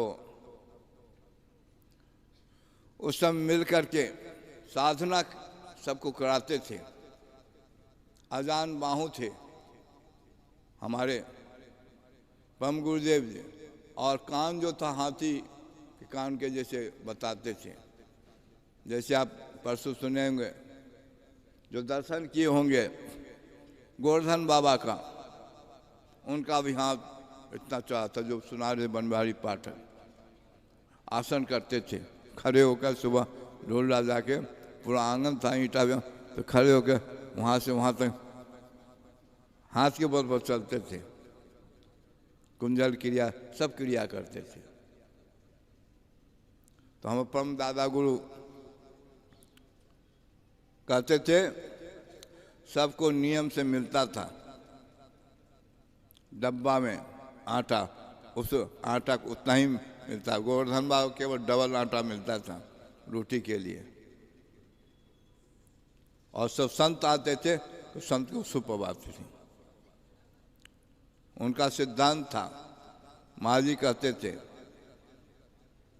नाम लेके, मैं जिभ्या हमारा गल जाए जो मैं झूठ बोलता हूँ। कोई संत आवे तो ठाकुर जी का आधा तिलक किए हो, आधा तिलक नहीं किए हो, तो पहले कोई संत आता उनसे पहले मिलो, तब ठाकुर जी तिलक करना। ये सिद्धांत गुरु जी हमारा बताते थे। ठाकुर जी का हम गोविंद बाबा इस सिद्धांत को मानते थे। ठाकुर जी का भोग रसोई बन गया, कोई महात्मा आ गया तो उनका सिद्धांत था पर ठाकुर जी भोग नहीं लगाए, संत रूप में आए, भगवत रूप में आए। ठीक है, ठाकुर जी थाली नहीं का, पर संतों को तुलसी जल छोड़ के। आजकल कौन जानता है जी। तपस्या किया जाता था। हमारे गोविंद बाबा थे, चेतनपुर के महंत थे, अधिकार सब उनका था, लेकिन केवल पंगत 12 बजे, बाल भोग नहीं मिलता था, केवल पंगत 12 बजे। हम लोग 12 बजे भोजन को जहाँ 2 रोटी खा, 4 और 5 रोटी खा लेते, और 2 रोटी दे दो। और रात्रि में मिले कि नहीं, और रात्रि में जो बच जाता था रोटी, वही नमक रोटी मिल जाता था। ऐसे हमारे गुरुबाता ये हैं गोपी रमन दास जी, जब आए शुरू शुरू तो मैं महाराज जी अपने मुंह से कह रहे थे, उस दिन मैं टहला रहा था और उधर से लाल थैला और लाल कंबल रखे हुए आए। महाराज जी को प्रणाम किए, अपना परिचय दिए। महाराज जी भूखा हो पड़ा, तो महाराज जी छड़ी रखते थे, मैं छड़ी पकड़ा लिया, इनको बैठा कर जो था चावलदार रोटी जो था खाया। अभी कह रहे कितना रोटी खा लिए? 12 रोटी खाए और 12 रोटी खाए। फिर आसन लगा दिया, बगल मंदिर के बगल में आसन था। तो कह रहा हूँ, संकेत का हूँ, ये लोग तपस्या किए, हम तो क्या तपस्या किए, ये लोग तपस्या किए। इनको बेचारे परमाणु शरीर था, परमाणु शरीर था, अब भूख तो लग ही जाता है। तो हमसे बाल भोग मिलता था ही नहीं 12 बजे, तो हमसे कहे ये हमको भूख लग जाता है, सुबह सुबह क्या करें? मैं नहीं कहूँगा जी, यहाँ बाल में मालिक हैं गोविंद बाबा, मैं कहूँगा तो हमको पिटाई लगी, मैंने कुछ। तो ये कहे बगल में गेहूं का बोरी था, गेहूं की बोरी है तो इसमें से गेहूं ले करके और लोटिया में भिगा लूँ, सवेरे खा लूँगा। भाई देखो मैं नहीं कहूँगा, पता लगे गोविंद बाबा के मम्मी को फटे, ऐसा कि चुपचाप लोटिया में गेहूं भर लो और भिगा के सवेरे खा लिया करो। तो ये बेचारे, मैं कल तपस्या की बात, गेहूं पानी में सुबह भिगा करके और सुबह रात में भिगा देते थे, रात में भिगा खिल जाता था, फूल नहीं जाता था। हमारे यहाँ का खिल जाता है। गोवर्धन बाबा जी कथा करे, नए साधु था, गोवर्धन बाबा रोटी सेक रहे थे संध्या में। मैंने कहा बाबा रोटी फूल गया। क्या बोलता है? हम क्या जाने क्या बोला है, मैंने बार मैं 3-4 बार का क्या बोल रहा है? मैं तो कुछ नहीं बोलता, रोटी फूल गया, हमको जानकारी नहीं। तो फिर एक महात्मा बलि भी बात एक थप्पड़ मारे, रोटी खिल जाता है ऐसा बोल, गलती हुई। जब बलि भी बात तपस्वी थे, इतना बार लोटा था, उसी में खिचड़ी बनाते, 3 बजे उठ जाते। पाठक जी गोपाल नाम की घोड़गढ़ पे एक था, उन्हीं का ये मंत्र था, वो झीना था, उसी में रहते थे। अब सवेरे 3 बजे उठ करके अपना खिचड़ी बना के खा कर फिर चूल्हा चटाते थे। और कहते रोटी बेलता, उन्होंने हमको कई बार चिमटा से मार दिए, इसी हाथ ऐसे रोटी बेलता है, कभी बेलना से मार देते, जो बेलने से मार देते, कभी चिमटा से। कोई सह सकता है ऐसा? कहने का था जो ये बेचारे पहलवानी करते थे, कुछ मिलता नहीं था, तो आटा को क्या नाम गेहूं को रात्रि में पानी में भिगा कर तब वो खिल जाता था, तब ये पाते थे। ये तपस्या थी। अब रात्रि में जो रोटी बच जाता, पहले रात्रि में ब्यारू नहीं होता था, 2 रोटी 3 रोटी बन जाए तो उसको नमक से तार कोई सब्जी दाल में उसे खाते थे। ये हम लोग भूख तो भोगी हूँ जी। जो ज़्यादा रोटी बन जाता था, सुबह में नमक और रोटी, तेल और नमक रोटी खा लेते थे। रोटी फेंका नहीं जाता था। गोवर्धन बाबा हमारे थे, रोटी फेंकते नहीं थे। सुबह उठ करके उस रोटी को कूट लेते थे, कूट का गुड़ मिला करके फिर लड्डू बना सब खाते थे। दूसरे दिन का रोटी गोविंद बाबा हमारे थे, अन्न ब्रह्म होता है, 2 रोटी गरम, बीच में 1 रोटी बसिया बीच में रख के गरम करके तब फिर आ जाता है। उन बहुत महंगाई थी उस समय, ऐसे तपस्या किया गया। पूरी बचा, पूरी को कूट करके गुड़ मिला के, गोवर्धन बाबा गुड़ मिला के सबको बांटते थे बाल बहू। ऐसे उस समय हम जाते थे वहाँ फानेन, वहाँ गांव फानेन है नौगांव में, वहाँ भिक्षा मांगने जाते थे। तो भिक्षा मांगने 2 किलो कोई गेहूँ देता, ओह बड़े बड़े आदमी है, 2 किलो गेहूँ दिया, बड़ा जमींदार आदमी है। 2 किलो गेहूँ का महत्व था। रसीद अभी भी रसीद देखा, बहुत जल्द से 2 किलो गेहूँ, 2 किलो गेहूँ, 2 किलो रसीद कटता था। 2 किलो गेहूँ का, हम बहुत बड़ा आदमी है, 2 किलो गेहूँ दिया। ये वकील साहब उस समय था। हम लोग जब भेष लिए तो भेष में भिक्षा मांगा जाता है, तो पानी गांव में भिक्षा मांगने गए। वहाँ कहा जाता है भिक्षाम दे, मैया क्या लोगे बाबा? चून, यहाँ आटा नहीं कहा, चून कहते हैं। चून के लिए गए तो कई जगह मिला। पाँव एक माता थी, भांजी थी कि बाबा इतना हट्ठा कट्ठा है, क्या भिक्षा मांग? देख मैं तुम हल जोता करो और मैं रोटी तुमको पहुँचाऊँगा, हमारा तुम्हारा शादी हो जाएगा। मैं कैसे ही ब्रजवासिनी है, ऐसे बाबा को करता गया। तो मैं गुस्सा हुआ, मैं चल दिया दूसरे, अरे नए बाबा जी हैं, नए बाबा, आ बाबा आ जा, ले जा चुन ले जा, क्या चुन लेगा, सांस लेगा, क्या लेगा, ले जा नए बाबा जी है। तो ब्रज में ऐसे ही होते हैं, ब्रज में रोनो सोई हाँसी, जीव जाको लगे फांसी, सुख भोगी को उदासी, या को उल्टो है पंथ, पंथ करके पयान, यहाँ गारी सन मान, अपमान ही है मान, है लबार सोई सन। और प्रेम पंथ में आए लुगाए, बन गयो सांपन बारो बारो, प्रेम को पंथ हमारो, सब जगते न्यारो, प्रेम को पंथ। ये वृंदावन प्रेम का पंथ है। तो हमको याद है ब्रजवासी माता, हम लोग भिक्षा मांगते थे, ऊंचे गांव में भिक्षा मांगे। गोविंद बा हम पुजारी थे तो उस समय बड़ा महंगाई था जी, बतासा भोग लगता था, चिनोरी भोग लगता था। तो हम उपासना के अनुसार से गुरुजी मान दिए थे, हम कहा ये भोग नहीं लगाऊंगा। हम गोविंद बा कहाँ क्या भोग लगाया? यही भोग लगा, हम नहीं भोग लगाऊँ। अरे मिठाई लाइए, बड़े गुरु आता थे, मचल जाता था, बतासा नहीं भोग लगाऊँ। प्रिया प्रीतम है तो अच्छे भोग लगा, तो ला के देते नहीं थे। तो हम एक चुपचाप अस्थान से भाग गए, पूजा छोड़ के चले गए।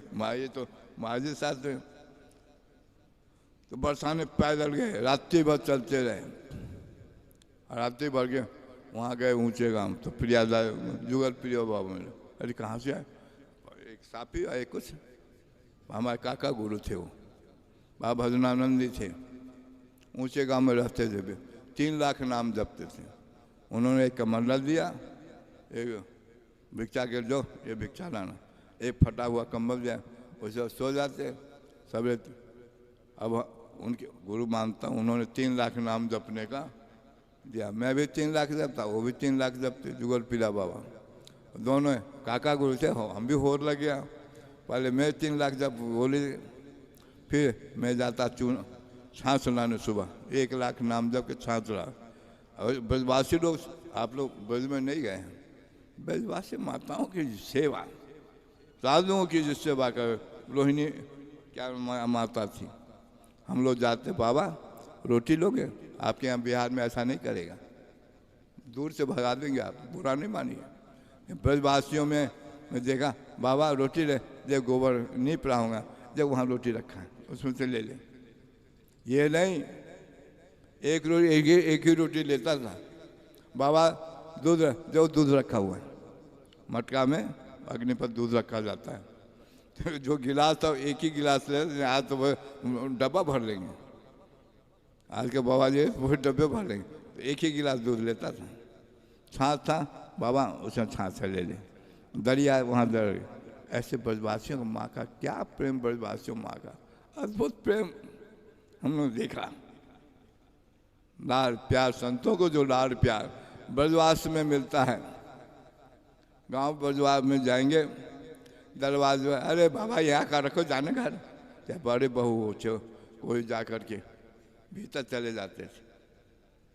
आप यहाँ घुसने देगा बाबा जी को, किसी को बताइए जी, भूला माने के बिहारी को शिकायत करते हैं। यहाँ ब्रजवासी बैठे हैं दरबार, अरे बाबा यहाँ कारू भीतर जाना, भीतर जाके कहा लोगे बाबा, चून क्या लोगे, जो कहे वही ब्रजवासी मार देती है। ऐसे बालक के जैसे ब्रजवासियों का, महात्मा को जैसे बालक वैसे ब्रजवासी महात्मा बालक मानते हैं। ऐसे ब्रजवासियों का प्यार, माताओं का प्यार, हमको तो बहुत प्यार मिला। ऊंचे गांव में भिक्षा मांगा, प्रेम से भिक्षा मांगा, ब्रजवासियों को बहुत प्यार मिला। ये ब्रजवासियों का प्रेम है जी। इसलिए ब्रज में जो वास करते हैं ब्रजवासी ठाकुर जी के प्रिय हैं। तभी ठाकुर जी वहाँ क्या करे, घोड़ा बंजा बनना पड़ता था, लड़ जाते ठाकुर जी से। ब्रजवासियों का जैसा प्रेम ब्रज में मैं अखिलवासी आश्रम महंत देखता हूँ, लेकिन ब्रजवासियों के जैसा प्रेम, उसमें ब्रजवासियों माताओं का जो प्रेम आज तुम कहीं नहीं देखा।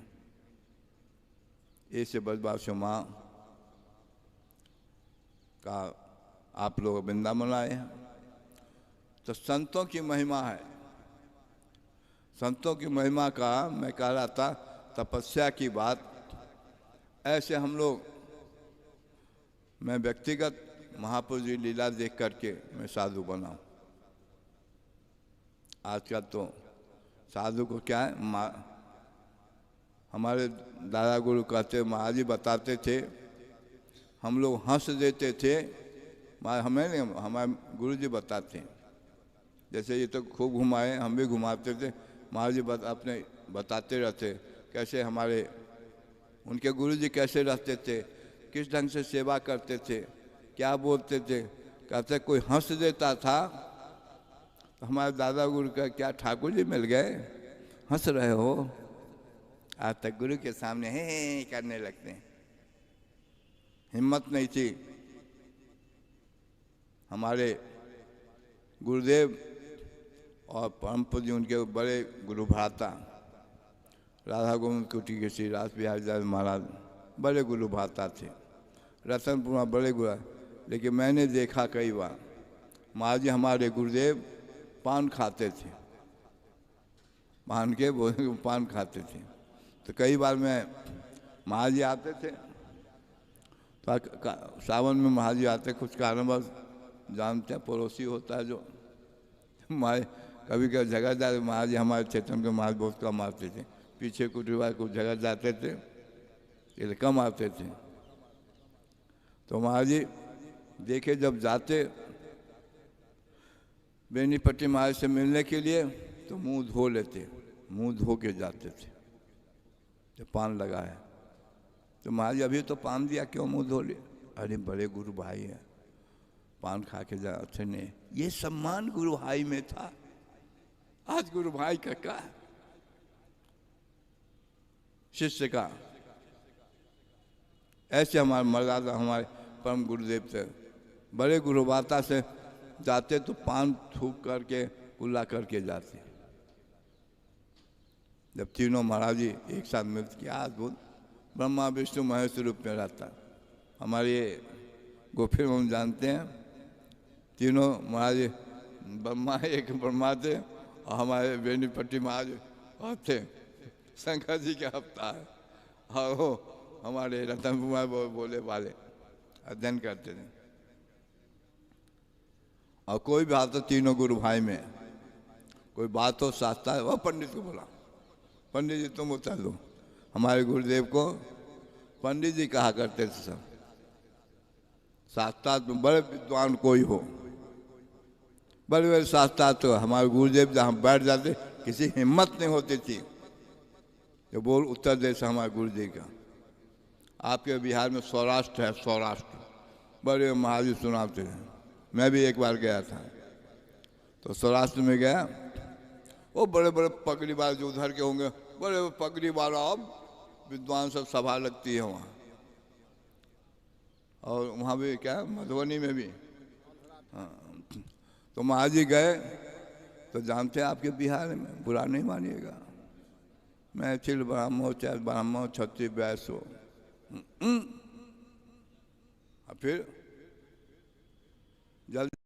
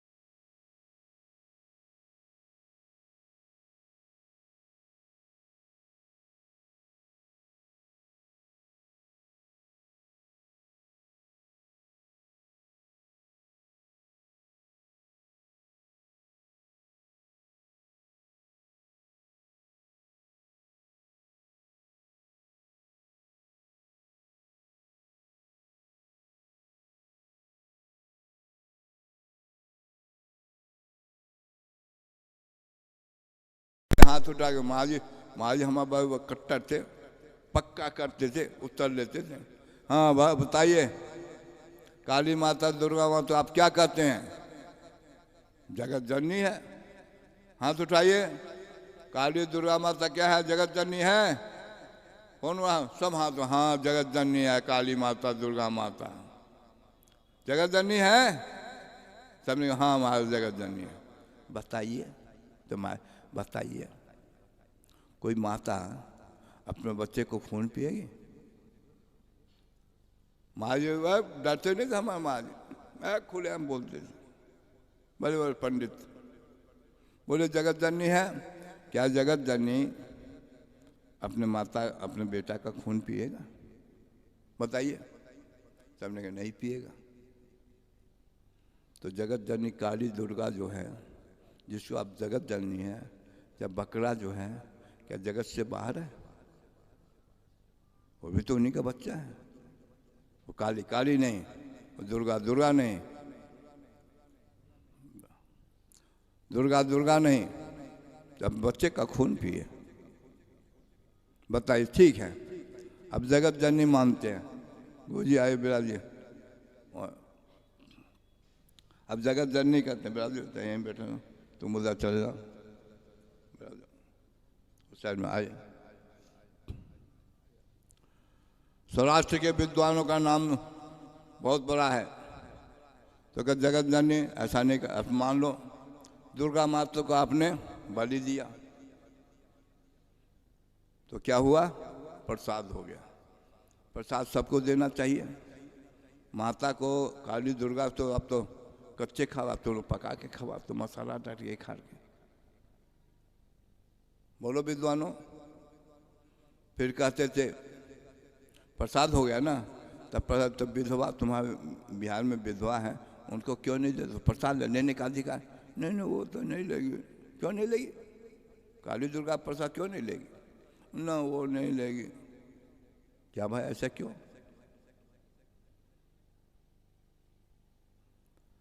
इस तरह से बिहार में, बिहार की बात करता हूँ मुझे हमारे गुरुजी महाराज तीनों जो वैष्णव का प्रचार किए, कट्टर मैथिल उन्हा ब्राह्मण क्षत्रिय वैश्य सब लेते हैं, मछली खाते हैं, मांस खा, खुल के क्या बोलूँ, बोलना पड़ता है।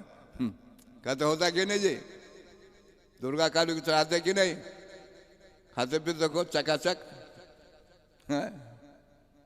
तो ऐसे भूमि को महाराज श्री ने तीनों वैष्णव, तो वैष्णव क्यों नहीं बनते हो?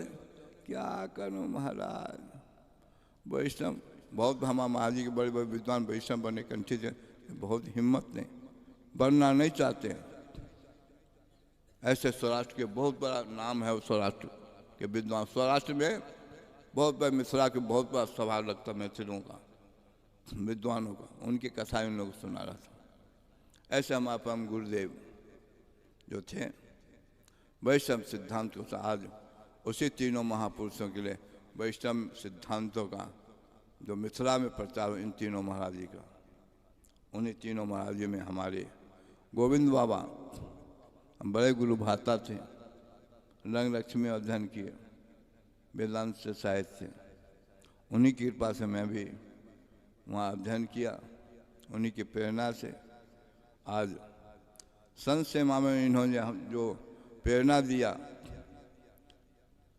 जब मैं चेतन कुटी महंत बना आया तो मैं कहा गोविंद बाबा बरसाने कहीं रहते थे, वो आ गए तो उनके कोठारी था, हमारे मूलचंद था, जमीन सौगत था, उनका वो जमीन तुम गुरु भाई है तो हमारे गोविंद बाबा को दे दो। वो आया, अरे हमारे बड़े गुरु भाता है, वो तो चेतन कुटी, मैं चेतन कुटी इस समय अध्यक्ष हूँ, गुरुदेव में हमको बनाया, किसी ने बनाया, चेतन कुटी महंत और परम गुरुदेव हमको अध्यक्ष बनाए, महंत नहीं, महंत तो बाद में हुआ, अरे मैं अध्यक्ष हूँ, मैं अपना पद बड़े गुरु भाता गुरु के तुलना मैं अध्यक्ष पद छोड़ कर बड़े गोविंद बाबा को देता हूँ।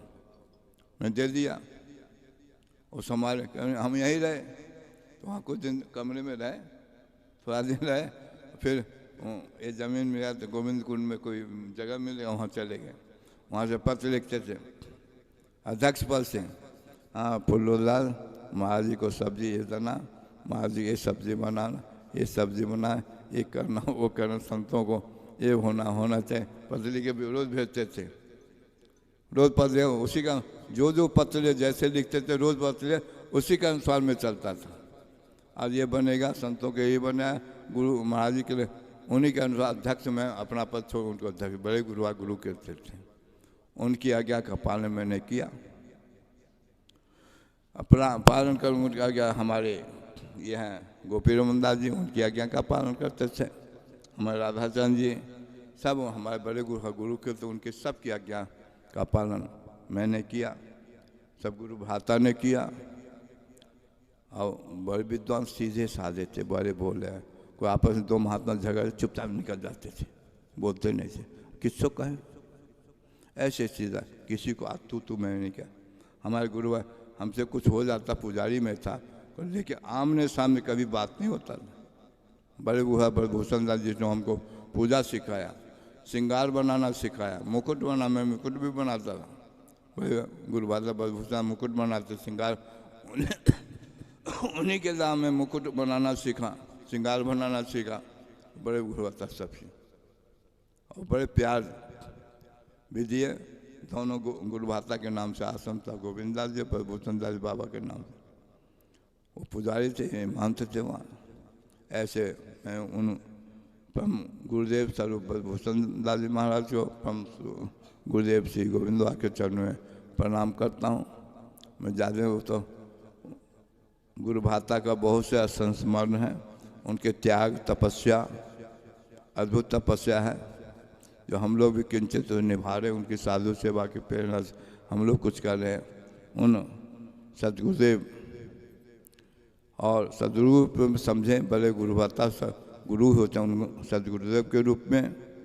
अभी गुरु के नाम से सब हमारे गोविंद बाबा, सब सातों गुरु हमारे ही हैं, गोविंद बाबा सात पर गुरु हैं, सातों गुरु हैं हमारे।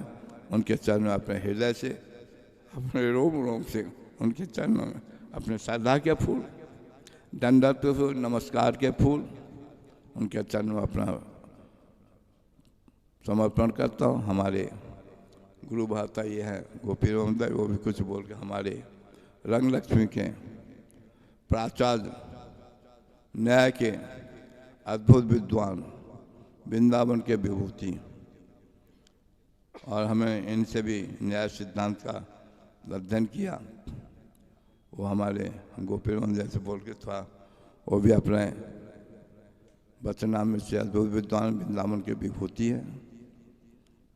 उनसे मैं प्रार्थना करूं, फिर गोपी राम दास जी हमारे लघु गुरु भाता है, वो कुछ फिर उनका सम्मान करेंगे।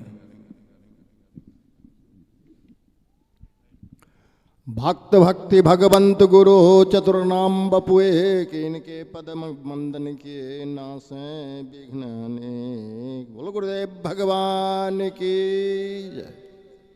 मंगलाचरण तो पहले कर चुके हैं, आरंभ भी हो चुका था। तो गोविंद बाबा के संबंध में कुछ हम सेवा के संबंध में बताता हूँ, कैसी सेवा निष्ठा थी।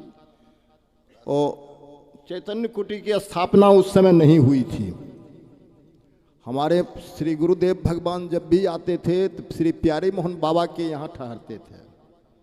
श्री रामायण बाबा वहाँ सेवा में थे और हमारे महाराज जी प्यारे मोहन बाबा के पास ही ठहरते थे। श्री प्यारे मोहन बाबा हमारे महाराज जी को बहुत मानते थे, कहते थे हमारे पास रहो। कहीं से निमंत्रण आवे तो हमारे महाराज जी को नहीं जाने देते थे, नहीं नहीं निमंत्रण मत जाओ। पता नहीं निमंत्रण का अन्न कैसा होता है, कोई ठिकाना नहीं है, इसलिए तुम हमारे पास ही रहो। और कुछ न कुछ सुनाते रहते थे महाराज जी। कथा सुनाने में हमारे महाराज जी बड़े पटु थे, सब शास्त्र निष्णात थे, शंका समाधान करने में बहुत सुंदर उनका प्रज्ञा प्राप्ति थी। विद्वत सम्मेलन में इनको प्रधान बनाया जाता था। कई बार मधुबनी सम्मेलन में ये प्रेसिडेंट पद पर वहाँ पर रहे, सभा अध्यक्ष पद पर।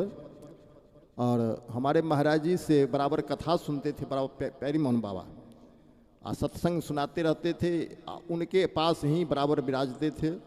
वो निमंत्रण में इनको नहीं जाने देते। श्री गोविंद बाबा 1960 में चैतन्य कुटी की स्थापना हुई, यही तो है। 60 से पहले चैतन्य कुटी की स्थापना नहीं थी। हमारे गोविंद बाबा भी जब भी आते, दीक्षा मंत्र 7 से पहले ले लिए, लेकिन आते तो इन्हीं प्यारे मोहन बाबा के यहाँ ही ठहरते थे। रामायण बाबा वहाँ के कार्य करता थे। श्री रामायण बाबा अब नहीं हैं, अब उनके शिष्य वर्ग सब हैं वहाँ। तो श्री रामायण बाबा के अंदर रह कर के ये साधु सेवा करते थे, जब तक रहते साधु सेवा करते। तो कभी कभी ऐसा होता कि पंगत के बाद साधु आते, पंगत के बाद में साधु आते तो समस्या आ जाती। सब पा करके अपने अपने काम में चले गए और कुछ है नहीं। कभी कभी ऐसा होता कि कुछ बचता नहीं था, कभी कभी ऐसा होता। तो हमारे गोविंद बाबा पंगत में पाते इसलिए नहीं थे कि बाद में कोई छूटे बरहे रह जाएं, इसलिए बाद में पाते थे। तो कभी कभी ऐसा होता कि इनके पाने से पहले ही कोई साधु आ गए, तो अपना जो रखा हुआ था उनका वो पवा देते, उनको भोजन करा देते। आप लोगों की भाषा में, साधु भाषा में पवा देते, पवा देते। अब बाद में अगर कुछ नहीं है तो भूखे रह जाते, किसी से बताते भी नहीं। लेकिन धीरे धीरे रामायण बाबा को ये पता चल गया कि ये भूखा रह गया है, दिन भर सेवा करता है, ये भूखा रह गया है, किसी को कहता भी नहीं है। तो कई बार ऐसा हुआ तो रामायण बाबा बोले कि देखो ऐसे नहीं चलेगा, तुम भूखा रह जाता है, हमको बड़ी तकलीफ होती है। अगर तुमको साधु सेवा करना ही है तो अलग करो सेवा, यहाँ भूखा रह करके तू सेवा करोगे, ये ठीक नहीं है। तो कुछ भूखंड अलग से रामायण बाबा दिए, और उसमें छोटी सी कुटिया बनी, कच्ची कुटी, और उसमें हमारे श्री गोविंद बाबा साधु सेवा करने लगे। बाद में सेवा का विस्तार हुआ तो कुछ जमीन खरीद भी लिए, जानते हैं, हाँ 32 डिसमिल उसमें चलता था। और डिसमिल क्या होता है सो तो आजकल के लोग तो कुछ समझेंगे नहीं। बाद में 32 डिसमिल खरीदा गया, और उससे क्या हुआ कि कुटिया का विस्तार हुआ, जो अभी भी है। और उसी में कुटिया का निर्माण हुआ।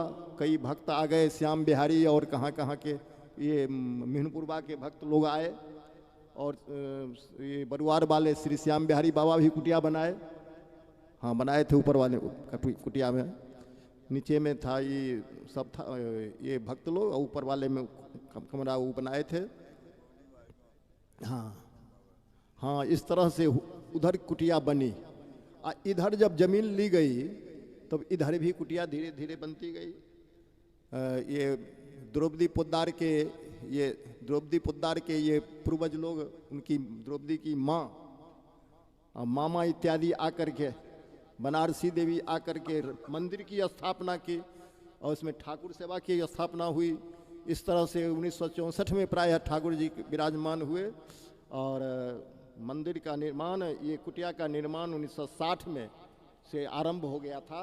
गोविंद बाबा सेवा करने लगे और जब सेवा होती है निर्मल हृदय से, निश्चल हृदय से, संत सेवा भाव से सेवा होती है तो कोई चीज़ की कमी नहीं रहती है। हमारे गोविंद बाबा बोले, हमारे महाराज जी तो रुकते नहीं थे, महीना 2 महीना रुके और फिर चले जाते थे भ्रमण में। गोविंद बाबा सेवा करते थे, जो कुछ प्राप्त होता था 10, 20, 25, 50 रुपया का मनी ऑर्डर कर देते। उस समय 25, 50 बहुत माना जाता था। 10 रुपये का भी मनी ऑर्डर होता था, हम देखे हैं। 25, 50 का भी, 10 रुपये का मनी ऑर्डर हम स्वीकार किए हैं कई बार। और 25, 50, 100, 200, 100, 200 हो जाए तो सोचते थे बहुत पैसा मिल गया। और 100, 200 में 150 रुपया महीना का खर्च। ये पता चला श्याम बिहारी मोदी को, मिनपुर वाले को कि 150 रुपया महीना का खर्च है। तो उसने कहा महाराज जी हम 150 रुपया महीना में देंगे। और वहाँ से आने लगा। हमारे महाराज जी बताते थे 150 रुपया उसका वहीं तभी से आ रहा है। बाद में 200 रुपया खर्चा हो गया, महीना का खर्चा। 1 रुपया में 1 दिन का हो जा। अच्छा, हम जिस समय आए हैं महाराज जी के पास, उस समय गुरु पूर्णिमा में कभी 200 रुपया, कभी 300 रुपया हो जाता था। और उसी से महाराज 300-400 मूर्ति का भंडारा होता था। उस समय की बात है, 1975, 76, 77 ये सब के मैंने ईस्वी के आसपास। तो साधु सेवा जब होने लगी तो साधु बहुत जुटने लगे। धीरे धीरे पेड़ तले रहते थे लेकिन भजन करने वाले थे। सुख सुविधा की चाह नहीं होती है साधु को। भजन करने वाले को सुख सुविधा की, पेड़ तले रहकर भजन करेंगे, लेकिन भाव श्री गोविंद बाबा का है। इस भाव से वशीभूत होकर संत महात्मा यहीं विराजते थे। 150, 200, फिर 300, फिर 400, इस तरह से साधु बढ़ते चले गए। जहाँ भाव मिलेगा साधु वहीं जाएंगे। भाव का भूखा हूँ मैं, बस भाव ही एक सार है। भाव से मुझको बन भजे तो भव से बेड़ा पार है। अन्न जल वस्त्र कुछ न मुझको चाहिए, भाव से एक फूल भी दे तो मुझे स्वीकार है। भगवान भाव के भूखे होते हैं, उसी प्रकार संत भी भाव के भूखे होते हैं। श्री गोविंद बाबा के भाव से खिंच करके संत महात्मा आने लगे। और कल बता रहे थे, कल परसों ये श्री बन बिहारी पाठक जी महाराज 300-400 मूर्ति के रोज भंडार पंगत चलते थे। उस समय जिस समय बन बिहारी पाठक आए हैं लगभग 63-64 के आसपास में, हमको जैसे लगा उनकी बातचीत से, सही बात है ना।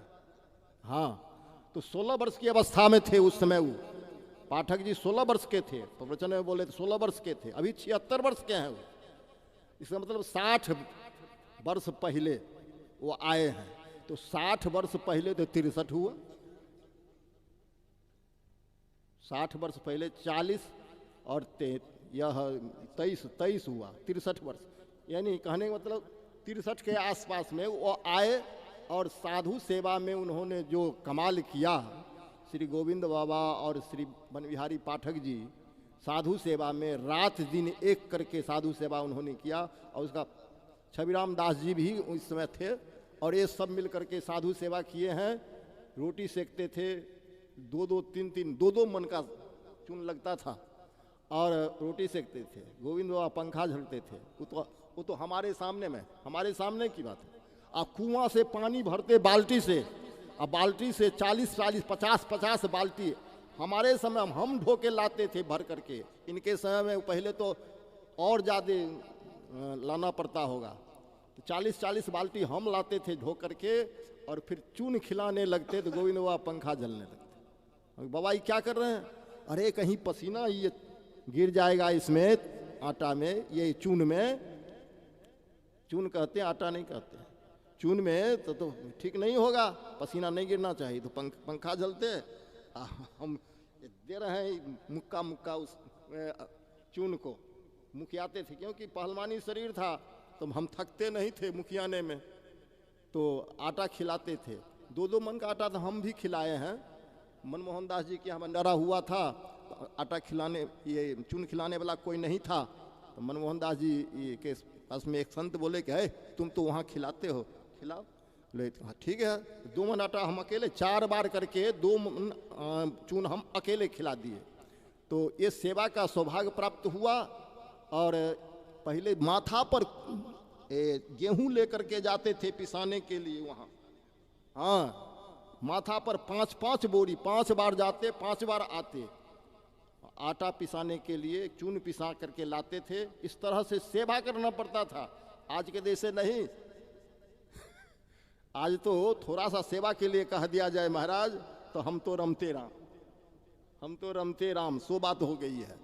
लेकिन पहले गेहूं चबा करके रह करके सेवा करना पड़ा था, भी बताए ना, गेहूं चबा चबा करके पेट के भूख को, अग्नि को शांत करते थे और फिर हम लोग सेवा करते थे। तो ये गोविंद बाबा की कृपा से, उनके स्नेह से, उनके प्यार से ऐसे बधे थे कि साधु सेवा की प्रेरणा होती थी।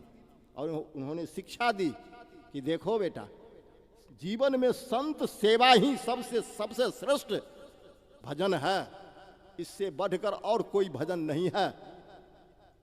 कितना भी तुम और साधन करते रहो, सेवा की भावना नहीं है तो भगवान कभी नहीं मिलेंगे। संत सेवा से भगवान सबसे पहले मिलते हैं, और सेवा से मिलेंगे कब मिलेंगे कोई ठिकाना नहीं है, लेकिन संत सेवा करने वाले को भगवान सबसे पहले मिलते हैं। ये बाबा की दी हुई भावना है। उन्होंने कहा कि पढ़ने आए हो पढ़ो, लेकिन उद्देश्य रखो कि हमें पढ़ लिख करके भी संत सेवा करनी है। हमारे कान में जो कहते थे रात में सोए सोए, यही सब कहते रहते थे कि संत सेवा जिसने कर लिया उसने जीवन को सफल कर लिया।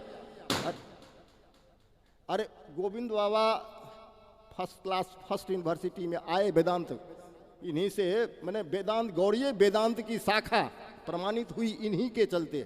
तो उसमें फर्स्ट क्लास फर्स्ट तो होंगे ही, एक ही विद्यार्थी गौड़ीय वेदांत के, और एक आचार्य थे ज्ञान गुदरी में, तो आचार्य पढ़ाए थे इनको।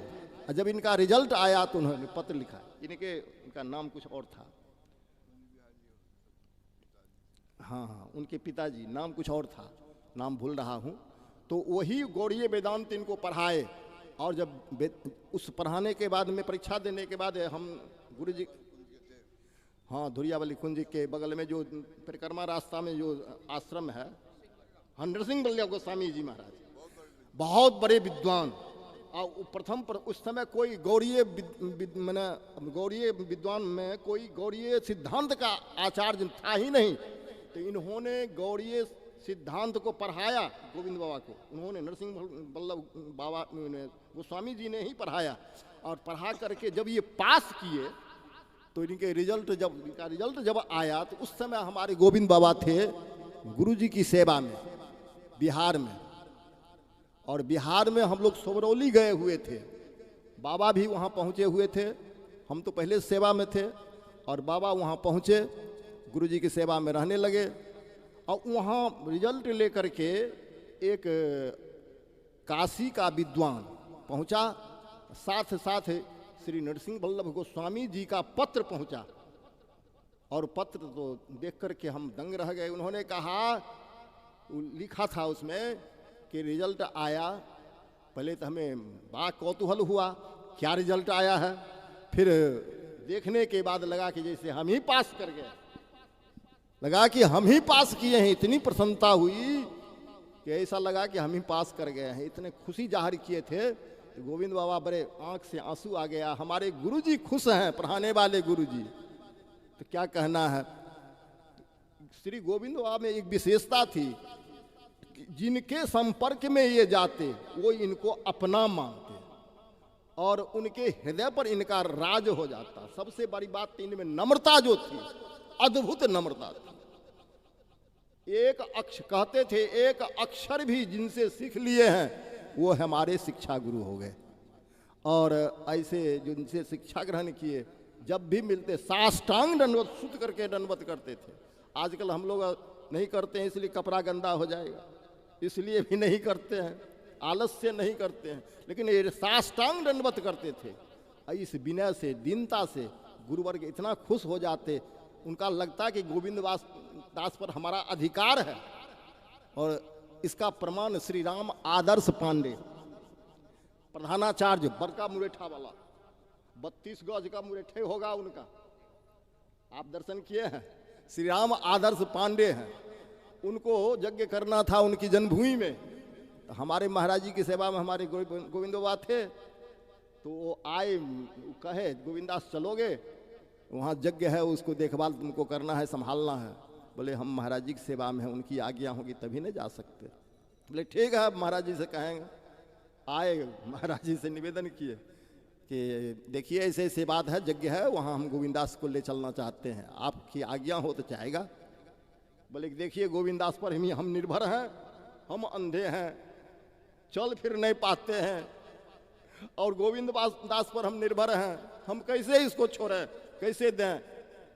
तो वो कहते थे कि हमारा भी गोविंदास शिष्य है, हमें भी गोविंदास पर अधिकार है। इस तरह बाबा के लिए दो महापुरुषों में हमने देखा झगड़ा हुआ। ऐसे महापुरुष श्री गोविंद बाबा थे, ये इनको सब कहते थे हमारा है, हमारा इस पर अधिकार है। ये विशेषता इनके चरित्र की है, इनकी दीनता की है, इनकी कहते हैं जो स्वभाव की है। जिनकी सेवा में पहुंचे लगता था कि ये हमारा ही है, श्री गोविंद बाबा। और भी भोलापन इतना अधिक, क्या बतावे आपको, इतने भोले थे, इतने भोले थे, इतने भोले थे कि एक बार एक मक्खी इनके थाली में मैंने बैठ गई, मक्खी बैठ गई, अब मक्खी जो उठी उससे उड़ी, ऐसे किए तो उड़ गई, तो उसके पीछे पड़े। अब जहां जाए वहां पानी लेकर के उसको छिड़के। हिसार की घटना है, गुरु स्थान में हम लोग गुरु स्थान में थे उस समय, गोविंद बाबा वहां पहुंचे हुए थे, तो उस पर पानी छिड़के, उड़ जाए, नहीं पड़े उसको। तब माता जी बोली गोविंदास जी क्या कर रहे हैं?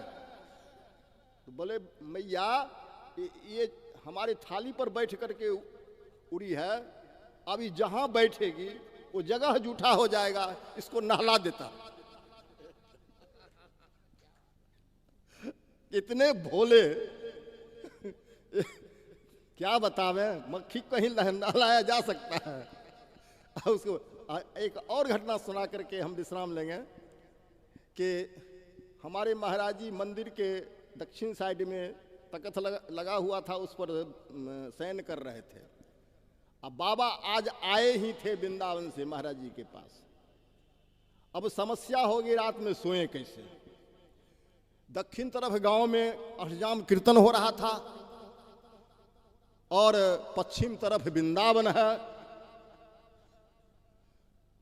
और पूरब तरफ हमारे श्री महाराज जी हैं।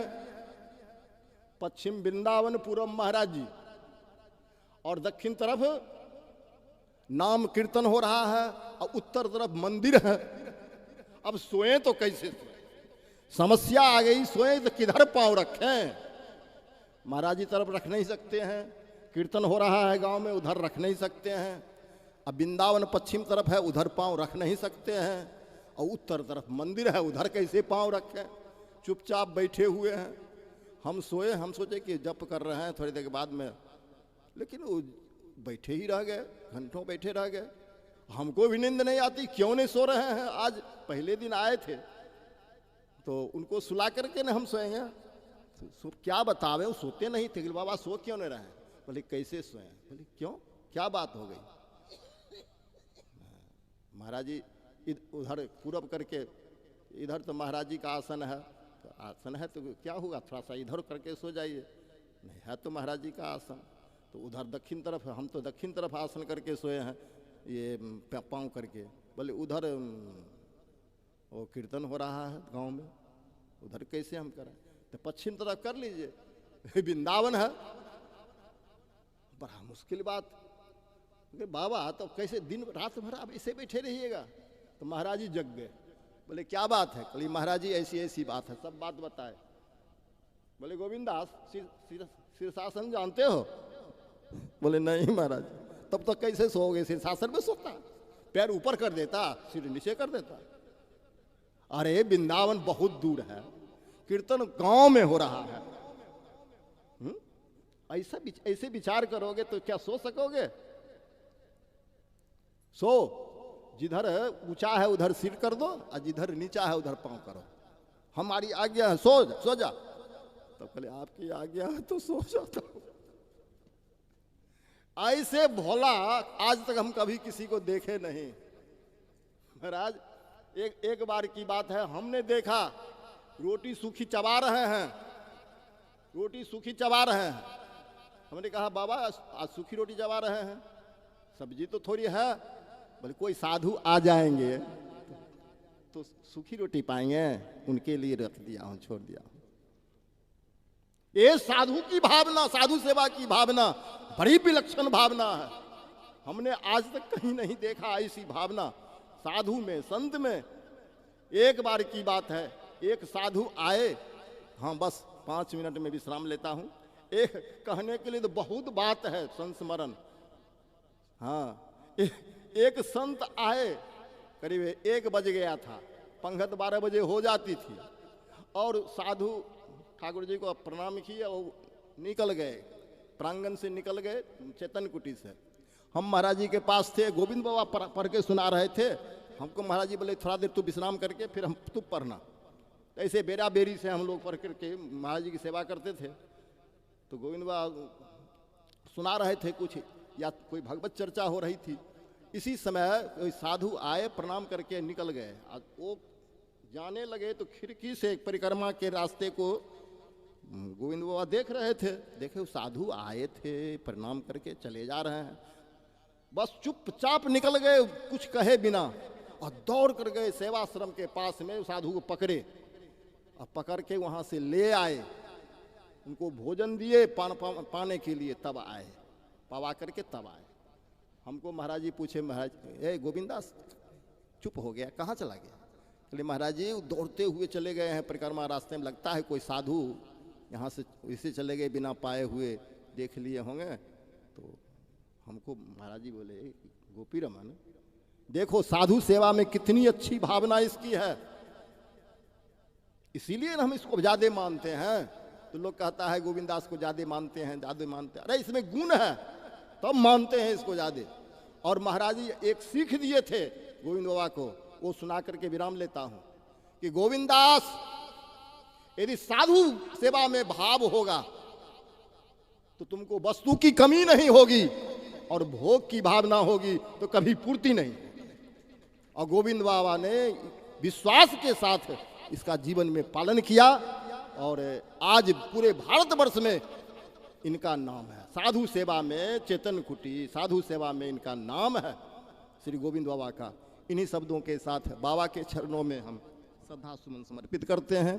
अब आगे हमारे श्री आचार्य महोदय बैठे हुए हैं, इनके आग्रह है कि ये भी हमारे बाबा के संबंध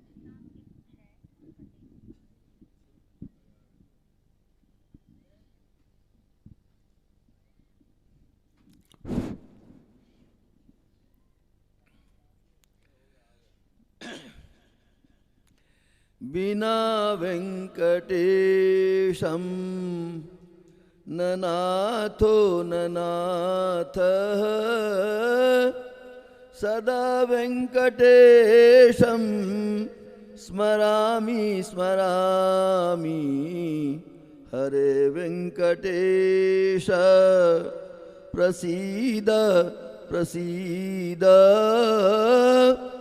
प्रियं वेंकटेश प्रयच्छ प्रयच्छ अहं दूरतस्ते पदाम्भोजयोग्म प्रणामेच्छयागत्य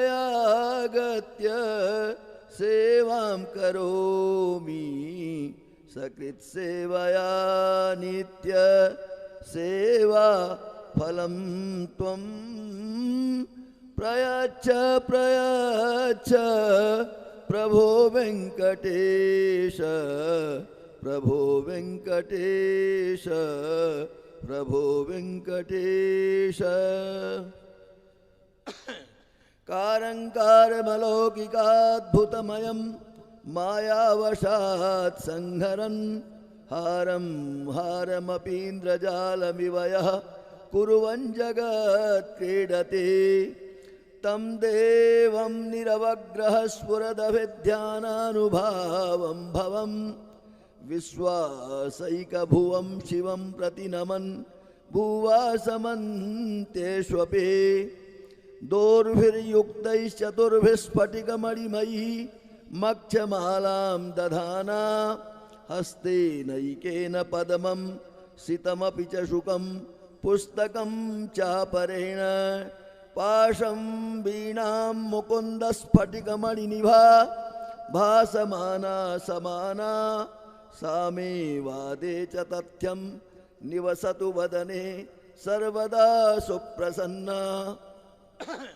गुरुर्ब्रह्मा गुरुर्विष्णुः गुरुर्देवो महेश्वरः गुरुः साक्षात् परब्रह्म तस्मै श्री गुरवे नमः तस्मै श्री गुरवे नमः तस्मै श्री गुरवे नमः। लक्ष्मीनाथ समारंभां नाथयामुनमध्यमाम् अस्मदाचार्य पर्यन्तां वन्दे गुरुपरम्परां वन्दे गुरुपरम्परां वन्दे गुरुपरम्पराम्। अखिल कोटि ब्रह्मांड नायकाः भगवन्तः लीला पुरुषोत्तमाः यादवेन्द्राः ब्रजेन्द्रचन्द्राः नन्दनन्दनाः यशोदानन्दनाः राधया सहिताः श्री कृष्णचन्द्राः अथ च व्यासपीठस्य अग्रभागे विराजमानाः भक्तानामेव वाङ्मय विग्रहरूपेण भक्तमालजी महाराजाः येषां महापुरुषाणां तिरोभाव महामहोत्सवः अत्र प्रचलति ते तावत् गोविंद बाबाजी महाराजाः चित्रपटरूपेण उपरि मञ्चे विराजमानाः अथ च चैतन्यकुटी आश्रमाधीशाः बाबा फूलडोल बिहारीदास जी महाराजाः इतः पूर्वं स्वकीयेन वक्तव्येन सम्यक्तया परिचयः दत्तः श्रीमतां गोविंद बाबाजी महोदयानाम् एवं भूताः गोपीरमण महाराजाः अन्येपि साधकाः महापुरुषाः संताः महानुभावाः अथ च अधिवक्तारः श्री गौतम जी महाराजाः अन्येपि सज्जनाः महात्मानः देव्यः मातरः भगिन्यः बांधवाश्च। देखिए फूलडोल बिहारी दास जी ने बताया कि हमसे न्याय शास्त्र का इन्होंने अध्ययन किया है श्री रंगलक्ष्मी आदर्श संस्कृत महाविद्यालय में। तो न्याय शास्त्र में जो प्रत्यक्ष उपमित उपमिति और शाब्द चार प्रकार के अनुभव होते हैं उसमें प्रत्यक्ष में एक निर्विकल्पक प्रत्यक्ष होता है एक सविकल्पक प्रत्यक्ष होता है। किसी के बारे में उसके धर्म देश आदि सहित उसका अगर ज्ञान होता है तो वह सविकल्पक ज्ञान होता है कि मतलब ये महानुभाव हैं अमुक जगह के हैं इनमें यह धर्म है अमुक गुरु के शिष्य हैं ये है वो है आदि आदि ये सविकल्पक हुआ। लेकिन किसी के बारे में ज्ञान तो हो गया लेकिन यह ज्ञान नहीं हुआ कि इनमें क्या धर्म है कहाँ रहते हैं कैसे रहते हैं।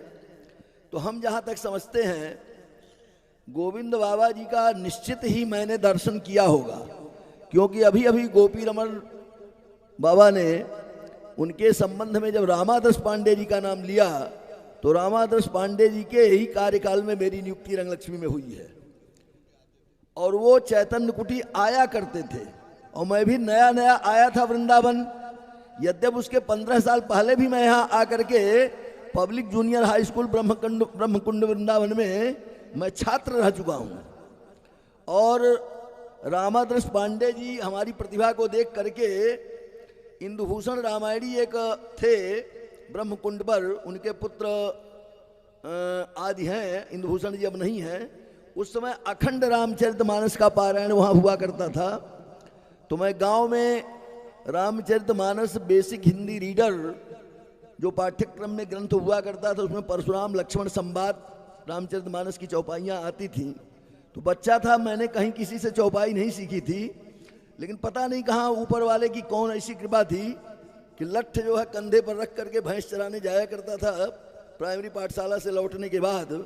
तो इसी लय में गाया करता था कि नाथ शंभुधनु भंज निहारा, होई केहू एक दास तुम्हारा, आय सुकाह कहिय की न मोही, सुनिरि साई बोले मुनि कोही। मैंने किसी के लय का अनुकरण नहीं किया।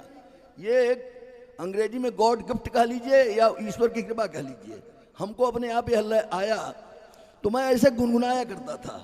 तो पब्लिक जूनियर हाई स्कूल से जब बस्ता पीठ पर लाद करके उधर से रंगलक्ष्मी छात्रावास में हमारे बड़े भैया रहा करते थे, और यहाँ एक कुंज है रघु आश्रम के बगल में लश्कर वाली कुंज, वहाँ एक रहते हैं रामस्वरूप ब्रह्मचारी जी, जो अब सेवानिवृत्त हो चुके हैं व्याकरण प्राध्यापक पद से।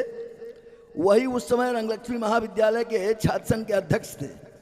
तो उस छात्रावास में हम रहते थे, तो उधर से गुनगुनाते हुए आते थे। तो एक बार इंदुभूषण रामायणी ने सुन लिया, तो कहे कि तुम गुनगुनाते हो, बड़ा बढ़िया लगता है, 30 रुपया हम महीना देंगे, 2 घंटा तुम रामचरितमानस का पाठ करो। तो हम करने लग गए। लोभः पापस्य कारणम। 30 रुपया बाबा ने जो बताई है कि मतलब उस समय 100 रुपया जो मिलता था, 150 रुपया मिलता था, 1 महीने का आश्रम का खर्चा चल जाता था।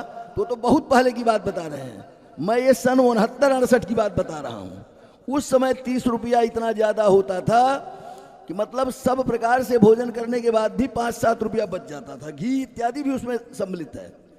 लेकिन हमारी प्रतिभा को देख करके, स्मरण शक्ति को देख करके रामादृश पांडे जी ने हमारे भाई साहब से कहा, क्या पब्लिक जूनियर हाई स्कूल में पढ़ाते हो, इसको प्रथमा में पढ़ाओ। तो प्रथमा में हमको प्रविष्ट कर दिए थे, लेकिन 2 घंटे हम गैप दे देते थे, विद्यालय में नहीं जाते थे। तो कहाँ गया वो? तो बहुत दिन के बाद पता लगा कि 2 घंटे वहाँ जाके पाठ करता है। कान पकड़ करके हमारे भाई साहब छोड़ा दिए पाठ, हम चले आए। तो रामादृश पांडे जी चैतन्य कुटी हमको भी लाया करते थे। जब हम प्रथमा यहाँ से उत्तीर्ण करके वाराणसी चले गए, और वाराणसी जा करके हमने आचार्य पर्यंत गहन परिश्रम करके अपने गुरु के चरण कमलों में रह करके गुरु शुश्रूषा पूर्वक अध्ययन किया। और सन 1979 में पूरी यूनिवर्सिटी में पहला स्थान मैंने प्राप्त किया, और 4 वर्ष तक वहाँ पर मैंने अध्यापन किया। पुनः पता नहीं क्या बांके बिहारी जी की ऐसी इच्छा थी कि यूनिवर्सिटी ग्रांट कमीशन, जिसको हिंदी में विश्वविद्यालय अनुदान आयोग कहते हैं, वह ग्रेड जो विश्वविद्यालयों में है, वह ग्रेड हमारे रंगलक्ष्मी आदर्श महाविद्यालय को भी रामादर्श पांडे जी के प्रयास से प्राप्त हो चुका था। और हमारे गुरुदेव यहाँ से संस्कृत विश्वविद्यालय वाराणसी चले गए थे, तो वह पद रिक्त हो गया था।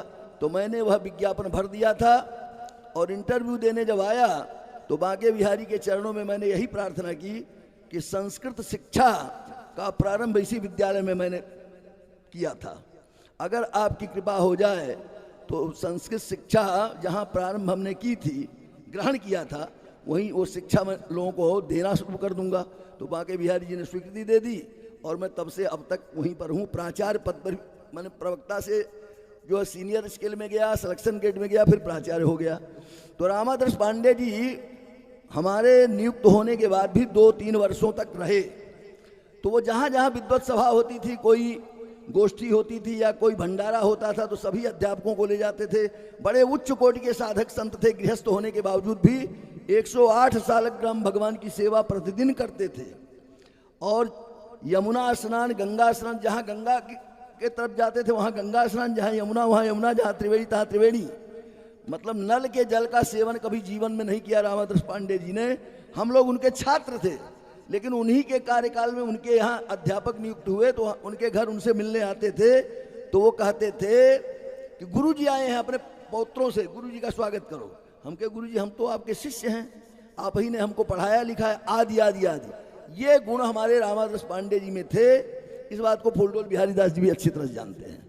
तो वो चैतन्य कुटी हमको भी लाया करते थे। मैंने अपने वक्तव्य का उपक्रम यहाँ से उठाया कि निर्विकल्पक और सविकल्पक दो प्रकार के प्रत्यक्ष होते हैं। तो उस समय शायद मुझे यह नहीं मालूम हुआ होगा, यही गोविंद बाबा हैं। गोविंद बाबा का हमने दर्शन एक बार नहीं अनेकों बार किया होगा, क्योंकि उनके साथ भंडारा पाने के लिए मैं आता था और अभी इनके पास आता रहता हूँ यदा कदा जब कभी भी। और हमेशा जो सेवा भाव गोविंद बाबा के बारे में हमारे गोपी रमण बाबा ने बताया, वह सेवा भाव फूलडोल बिहारी दास जी में भी मैं देख रहा हूँ। निरंतर वहाँ साधु सेवा होती रहती है और भगवान कृष्ण और राधा की यह नगरी है। नमो ब्रह्मण्य देवाय गो ब्राह्मण हिताय जय जगत हिताय कृष्णाय गोविंदाय नमो नमः। यह जो ब्रह्मण्य देव जो है भगवान श्री कृष्ण हैं, गौ और साधु के हितैषी हैं, इसीलिए धराधाम पर आए भी थे। और बाबा का जो गोविंद बाबा नाम है, तो भगवान श्री कृष्ण का भी गोविंद नाम है। जब इंद्र के मद का दमन भगवान ने किया है तो इंद्र ने ही उनका नाम गोविंद रखा है, क्योंकि ग्वाल वालों और गौ के संरक्षण के लिए गोवर्धन को उन्होंने धारण किया अपने अंगुली पर। तो उसके मद का जब दमन कर दिया तो बाद में उसने गोविंद नाम रखा भगवान का। और अगर व्याकरण से व्युत्पत्ति करें तो गोविंदस्य दास है, गोविंद दास है, यह भी कह सकते हैं षष्ठी तत्पुरुष। माने जो गोविंद भगवान श्री कृष्ण थे, उनका दास बन करके जिन्होंने अपना जीवन यापन किया, ऐसे बाबा जो है गोविंद दास थे। और अगर कर्मधारय समास कर दें तो भगवान श्री कृष्ण का ही वचन है, आचार्यम माम बिजानियात, माने आचार्य हमको ही समझो, आचार्य हमसे भिन्न नहीं होते हैं। तो इनकी जो शिष्य परंपरा होगी उस परंपरा में उनके आचार्य हैं।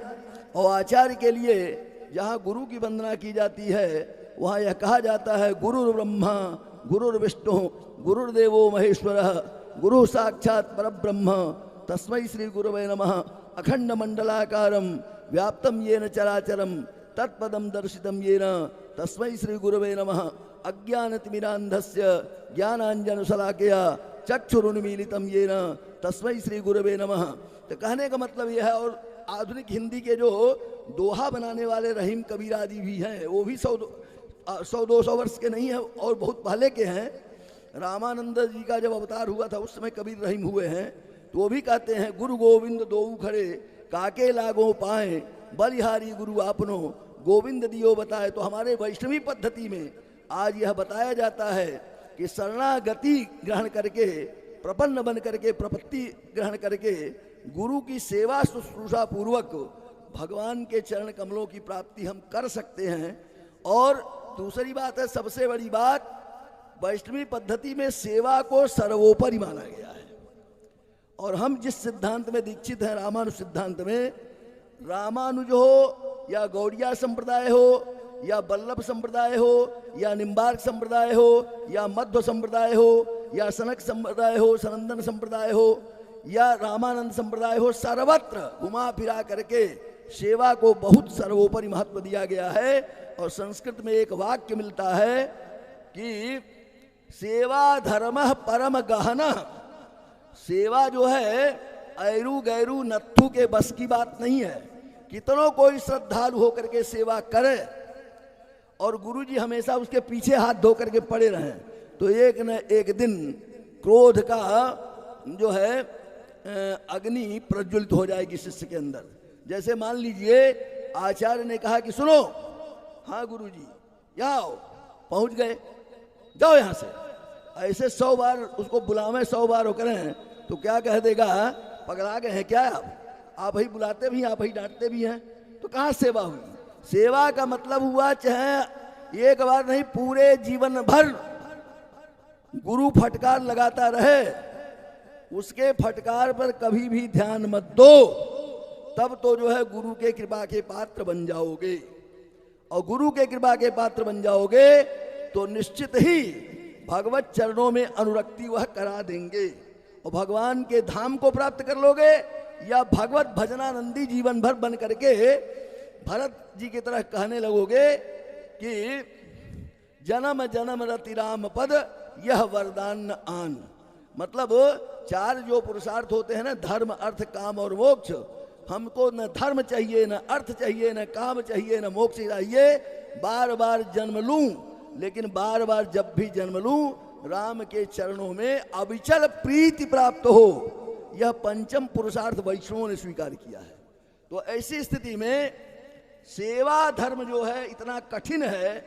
लक्ष्मण जी से पूछिए, 14 वर्ष तक जा करके भगवान राम और माता जानकी की सेवा में रह करके जिन्होंने 14 वर्ष तक सोए नहीं, 14 वर्ष तक भोजन नहीं किए और 14 वर्ष तक अखंड ब्रह्मचारी रहे, और इसके बावजूद भी यद्यपि वो वास्तविक सीता नहीं थी जिनका हरण जो है रावण ने किया था, सीता की छाया थी। क्योंकि वहां गोस्वामी जी ने लिखा है, लक्ष्मण हूं यह मरम न जाना, जो कछु चरित रचेऊ भगवाना। और सीता जी से कहा, तुम पावक महु करहु निवासा, जब लग करहु निशाचर नासा। जब तक निश्चरहीन मही करूं यह भुज उठाई प्रण की ने प्रतिज्ञा की थी, तो प्रतिज्ञा की पूर्ति जब तक नहीं हो जाती है, जब तक निश्चर से विहीन पृथ्वी को न कर दूं, तब तक के लिए आप अग्नि में जा करके वास कीजिए और अपनी छाया को यहाँ रखिए।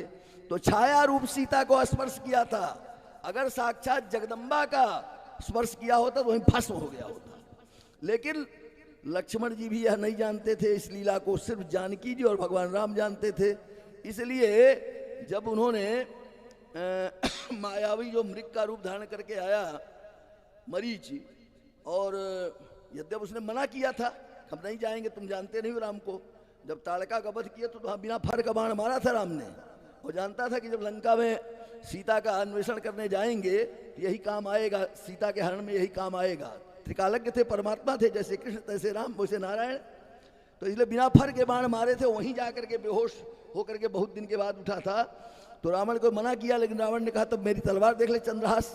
तो कहा इसके हाथ से मरने के बजाय राम के हाथ से मरना, वैकुंठ धाम प्राप्त करेंगे, साकेत धाम प्राप्त करेंगे, गोलोक धाम प्राप्त करेंगे। तो बहुत दौड़ाया, बहुत इधर उधर किया, और अंतिम में जब भगवान ने बाण मारा तो भगवान की आवाज बना करके कि हाय लक्ष्मण चिल्लाए। तो ऐसी स्थिति में सीता जी को भी भ्रम हो गया, और सीता जी ने कहा कि जाओ तुम्हारे भैया किसी कष्ट में हैं।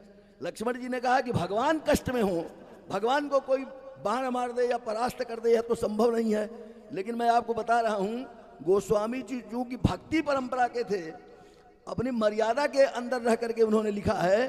तो वहां जो है लक्ष्मण जी से जानकी जी ने कुछ कटु वचन कहे हैं, ऐसा खाली संकेत करके रह गए हैं।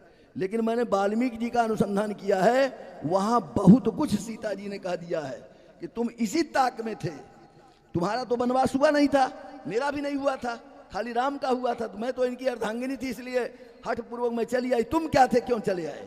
तुम इसीलिए आए साथ साथ कि वहां जब ऐसी स्थिति आएगी राम समाप्त हो जाएंगे तो मैं सीता के साथ, मतलब जिसको कहना भी पाप है, सुनना भी पाप है, ऐसी बातें सीता जी ने कही हैं। और लक्ष्मण जी अश्रुपात निरंतर किए हैं। लेकिन सेवा देखिए कितनी बड़ी सेवा है कि वह सब सुनने के बावजूद भी अनसुना कर दिए, और अंतिम में उन्होंने कहा भगवान की आज्ञा है कि तुम सीता को छोड़ के मत जाना, फिर भी मुझे जाना पड़ रहा है, आज्ञा का उल्लंघन करके मुझे पाप करना पड़ रहा है, इसलिए मैं लक्ष्मण रेखा खींच रहा हूं, इसका उल्लंघन मत कीजिएगा, आदि आदि आदि। तो कितनी बड़ी सेवा, माने सेवा धर्म कितना बड़ा कठिन है। भरत जी की सेवा देख लीजिए, भरत जी 14 वर्ष तक अयोध्या के संवैधानिक राजा थे। जब तक राम वापस आकर के राम राज्य बैठे, त्रैलोका हर्षित भयो गयो सब शोका, यह जब तक नहीं हुआ तब तक तो संवैधानिक राजा भरत ही थे, भले खड़ाऊ को रख करके आज्ञा लेकर के, लेकिन कभी अयोध्या में नहीं रहे, नंदीग्राम में रहे। और नंदीग्राम में भी क्या किए कि जमीन के ऊपर नहीं रहे, भगवान हमारे जो है जमीन के ऊपर हैं, तो सेवक का धर्म है कि जमीन के नीचे रहे। तो गड्ढा खोद करके नंदीग्राम में रहते थे, और क्या खाते थे, माने जो गैया गोबर करती थी उसमें जौ इत्यादि जो निकलता था उसको धो करके और गऊ के मूत्र में पका करके इतना थोड़ा बहुत खा करके 14 वर्ष तक रहे। तो यह है सेवा धर्म। तो उसी प्रकार की सेवा हमारे गोपी रमण बाबा जी जो अभी बताए हैं, या हमारे फूलडोल बिहारी दास जी बताए हैं, उसी प्रकार की सेवा निरंतर। अब बताइए इससे बढ़कर के सेवा क्या होगी कि अपने गुरु की सेवा में लगे हुए हैं, लेकिन कोई साधु आया और आ करके तुरंत चला गया और जा करके रामकृष्ण मिशन सेवा आश्रम से पकड़ करके ले आए और उसको पवाए, या अपना भोजन नहीं करते थे और देखते थे क्या पता कोई साधु बाद में आ जाए, उसको पवा देते थे, भूखे रह जाते थे।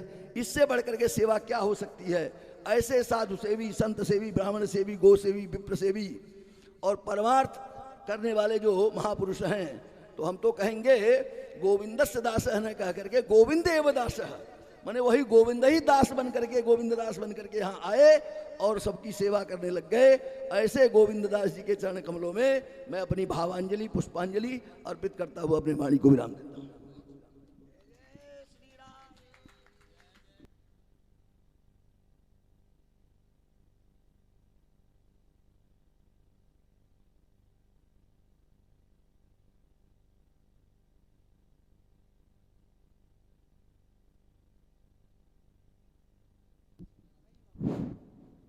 अभी आप लोग आरती श्रवण करें, आरती होगा, फिर जो व्यवस्था होगा हमारे संचालन और इसके रास बिहारी दादी हैं, हमारे महंत जी, राम सेवक दादी, बेटा ये भी सीधे साधे हैं। राम सेवक व्यवहार जानते नहीं हैं तो व्यवहार सीखना पड़ेगा, सीधे साधे। पहले रास बिहारी दादी हमारे प्रवक्ता सबको स्वागत करो जी। पहले मोते अधिक संत कर लेखा।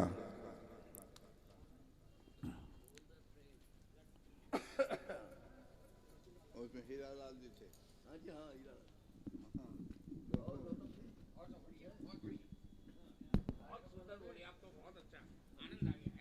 बनवाली जा वो मुरारी जी रोज हमारे सत्संग करने आते थे। कौन? मुरारी जी, पांडे जी, अक्सर आते रहते थे।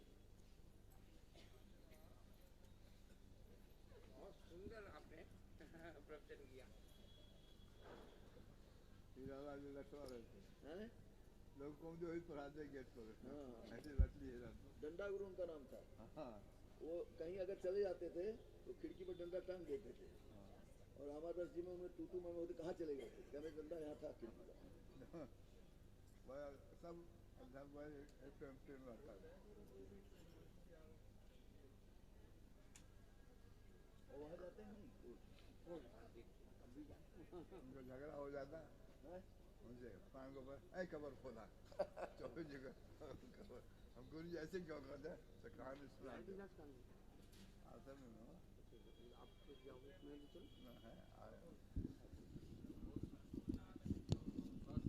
उन्होंने कहाँ गया छोड़ा, वो कहाँ गया माइक वाला, वो चेला गुरु हमारा कहाँ गया बोलता था। वो चेला गुरु कहना चाहिए, चेला हो सच्ची बात बोल रहा है।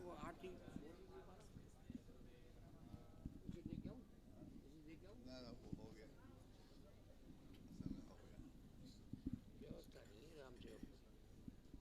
व्यवहार कोई नहीं जानता है, कोई व्यवहार नहीं जानता, मान तो बना ही दी।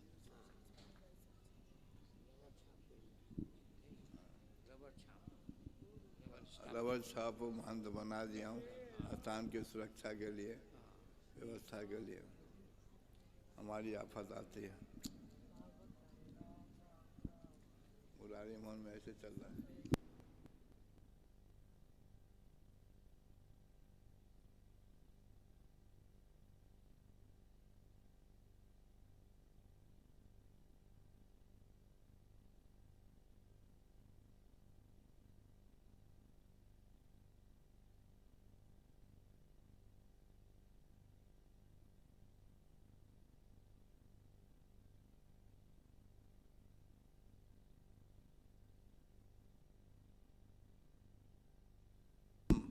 शिवम कहाँ गया?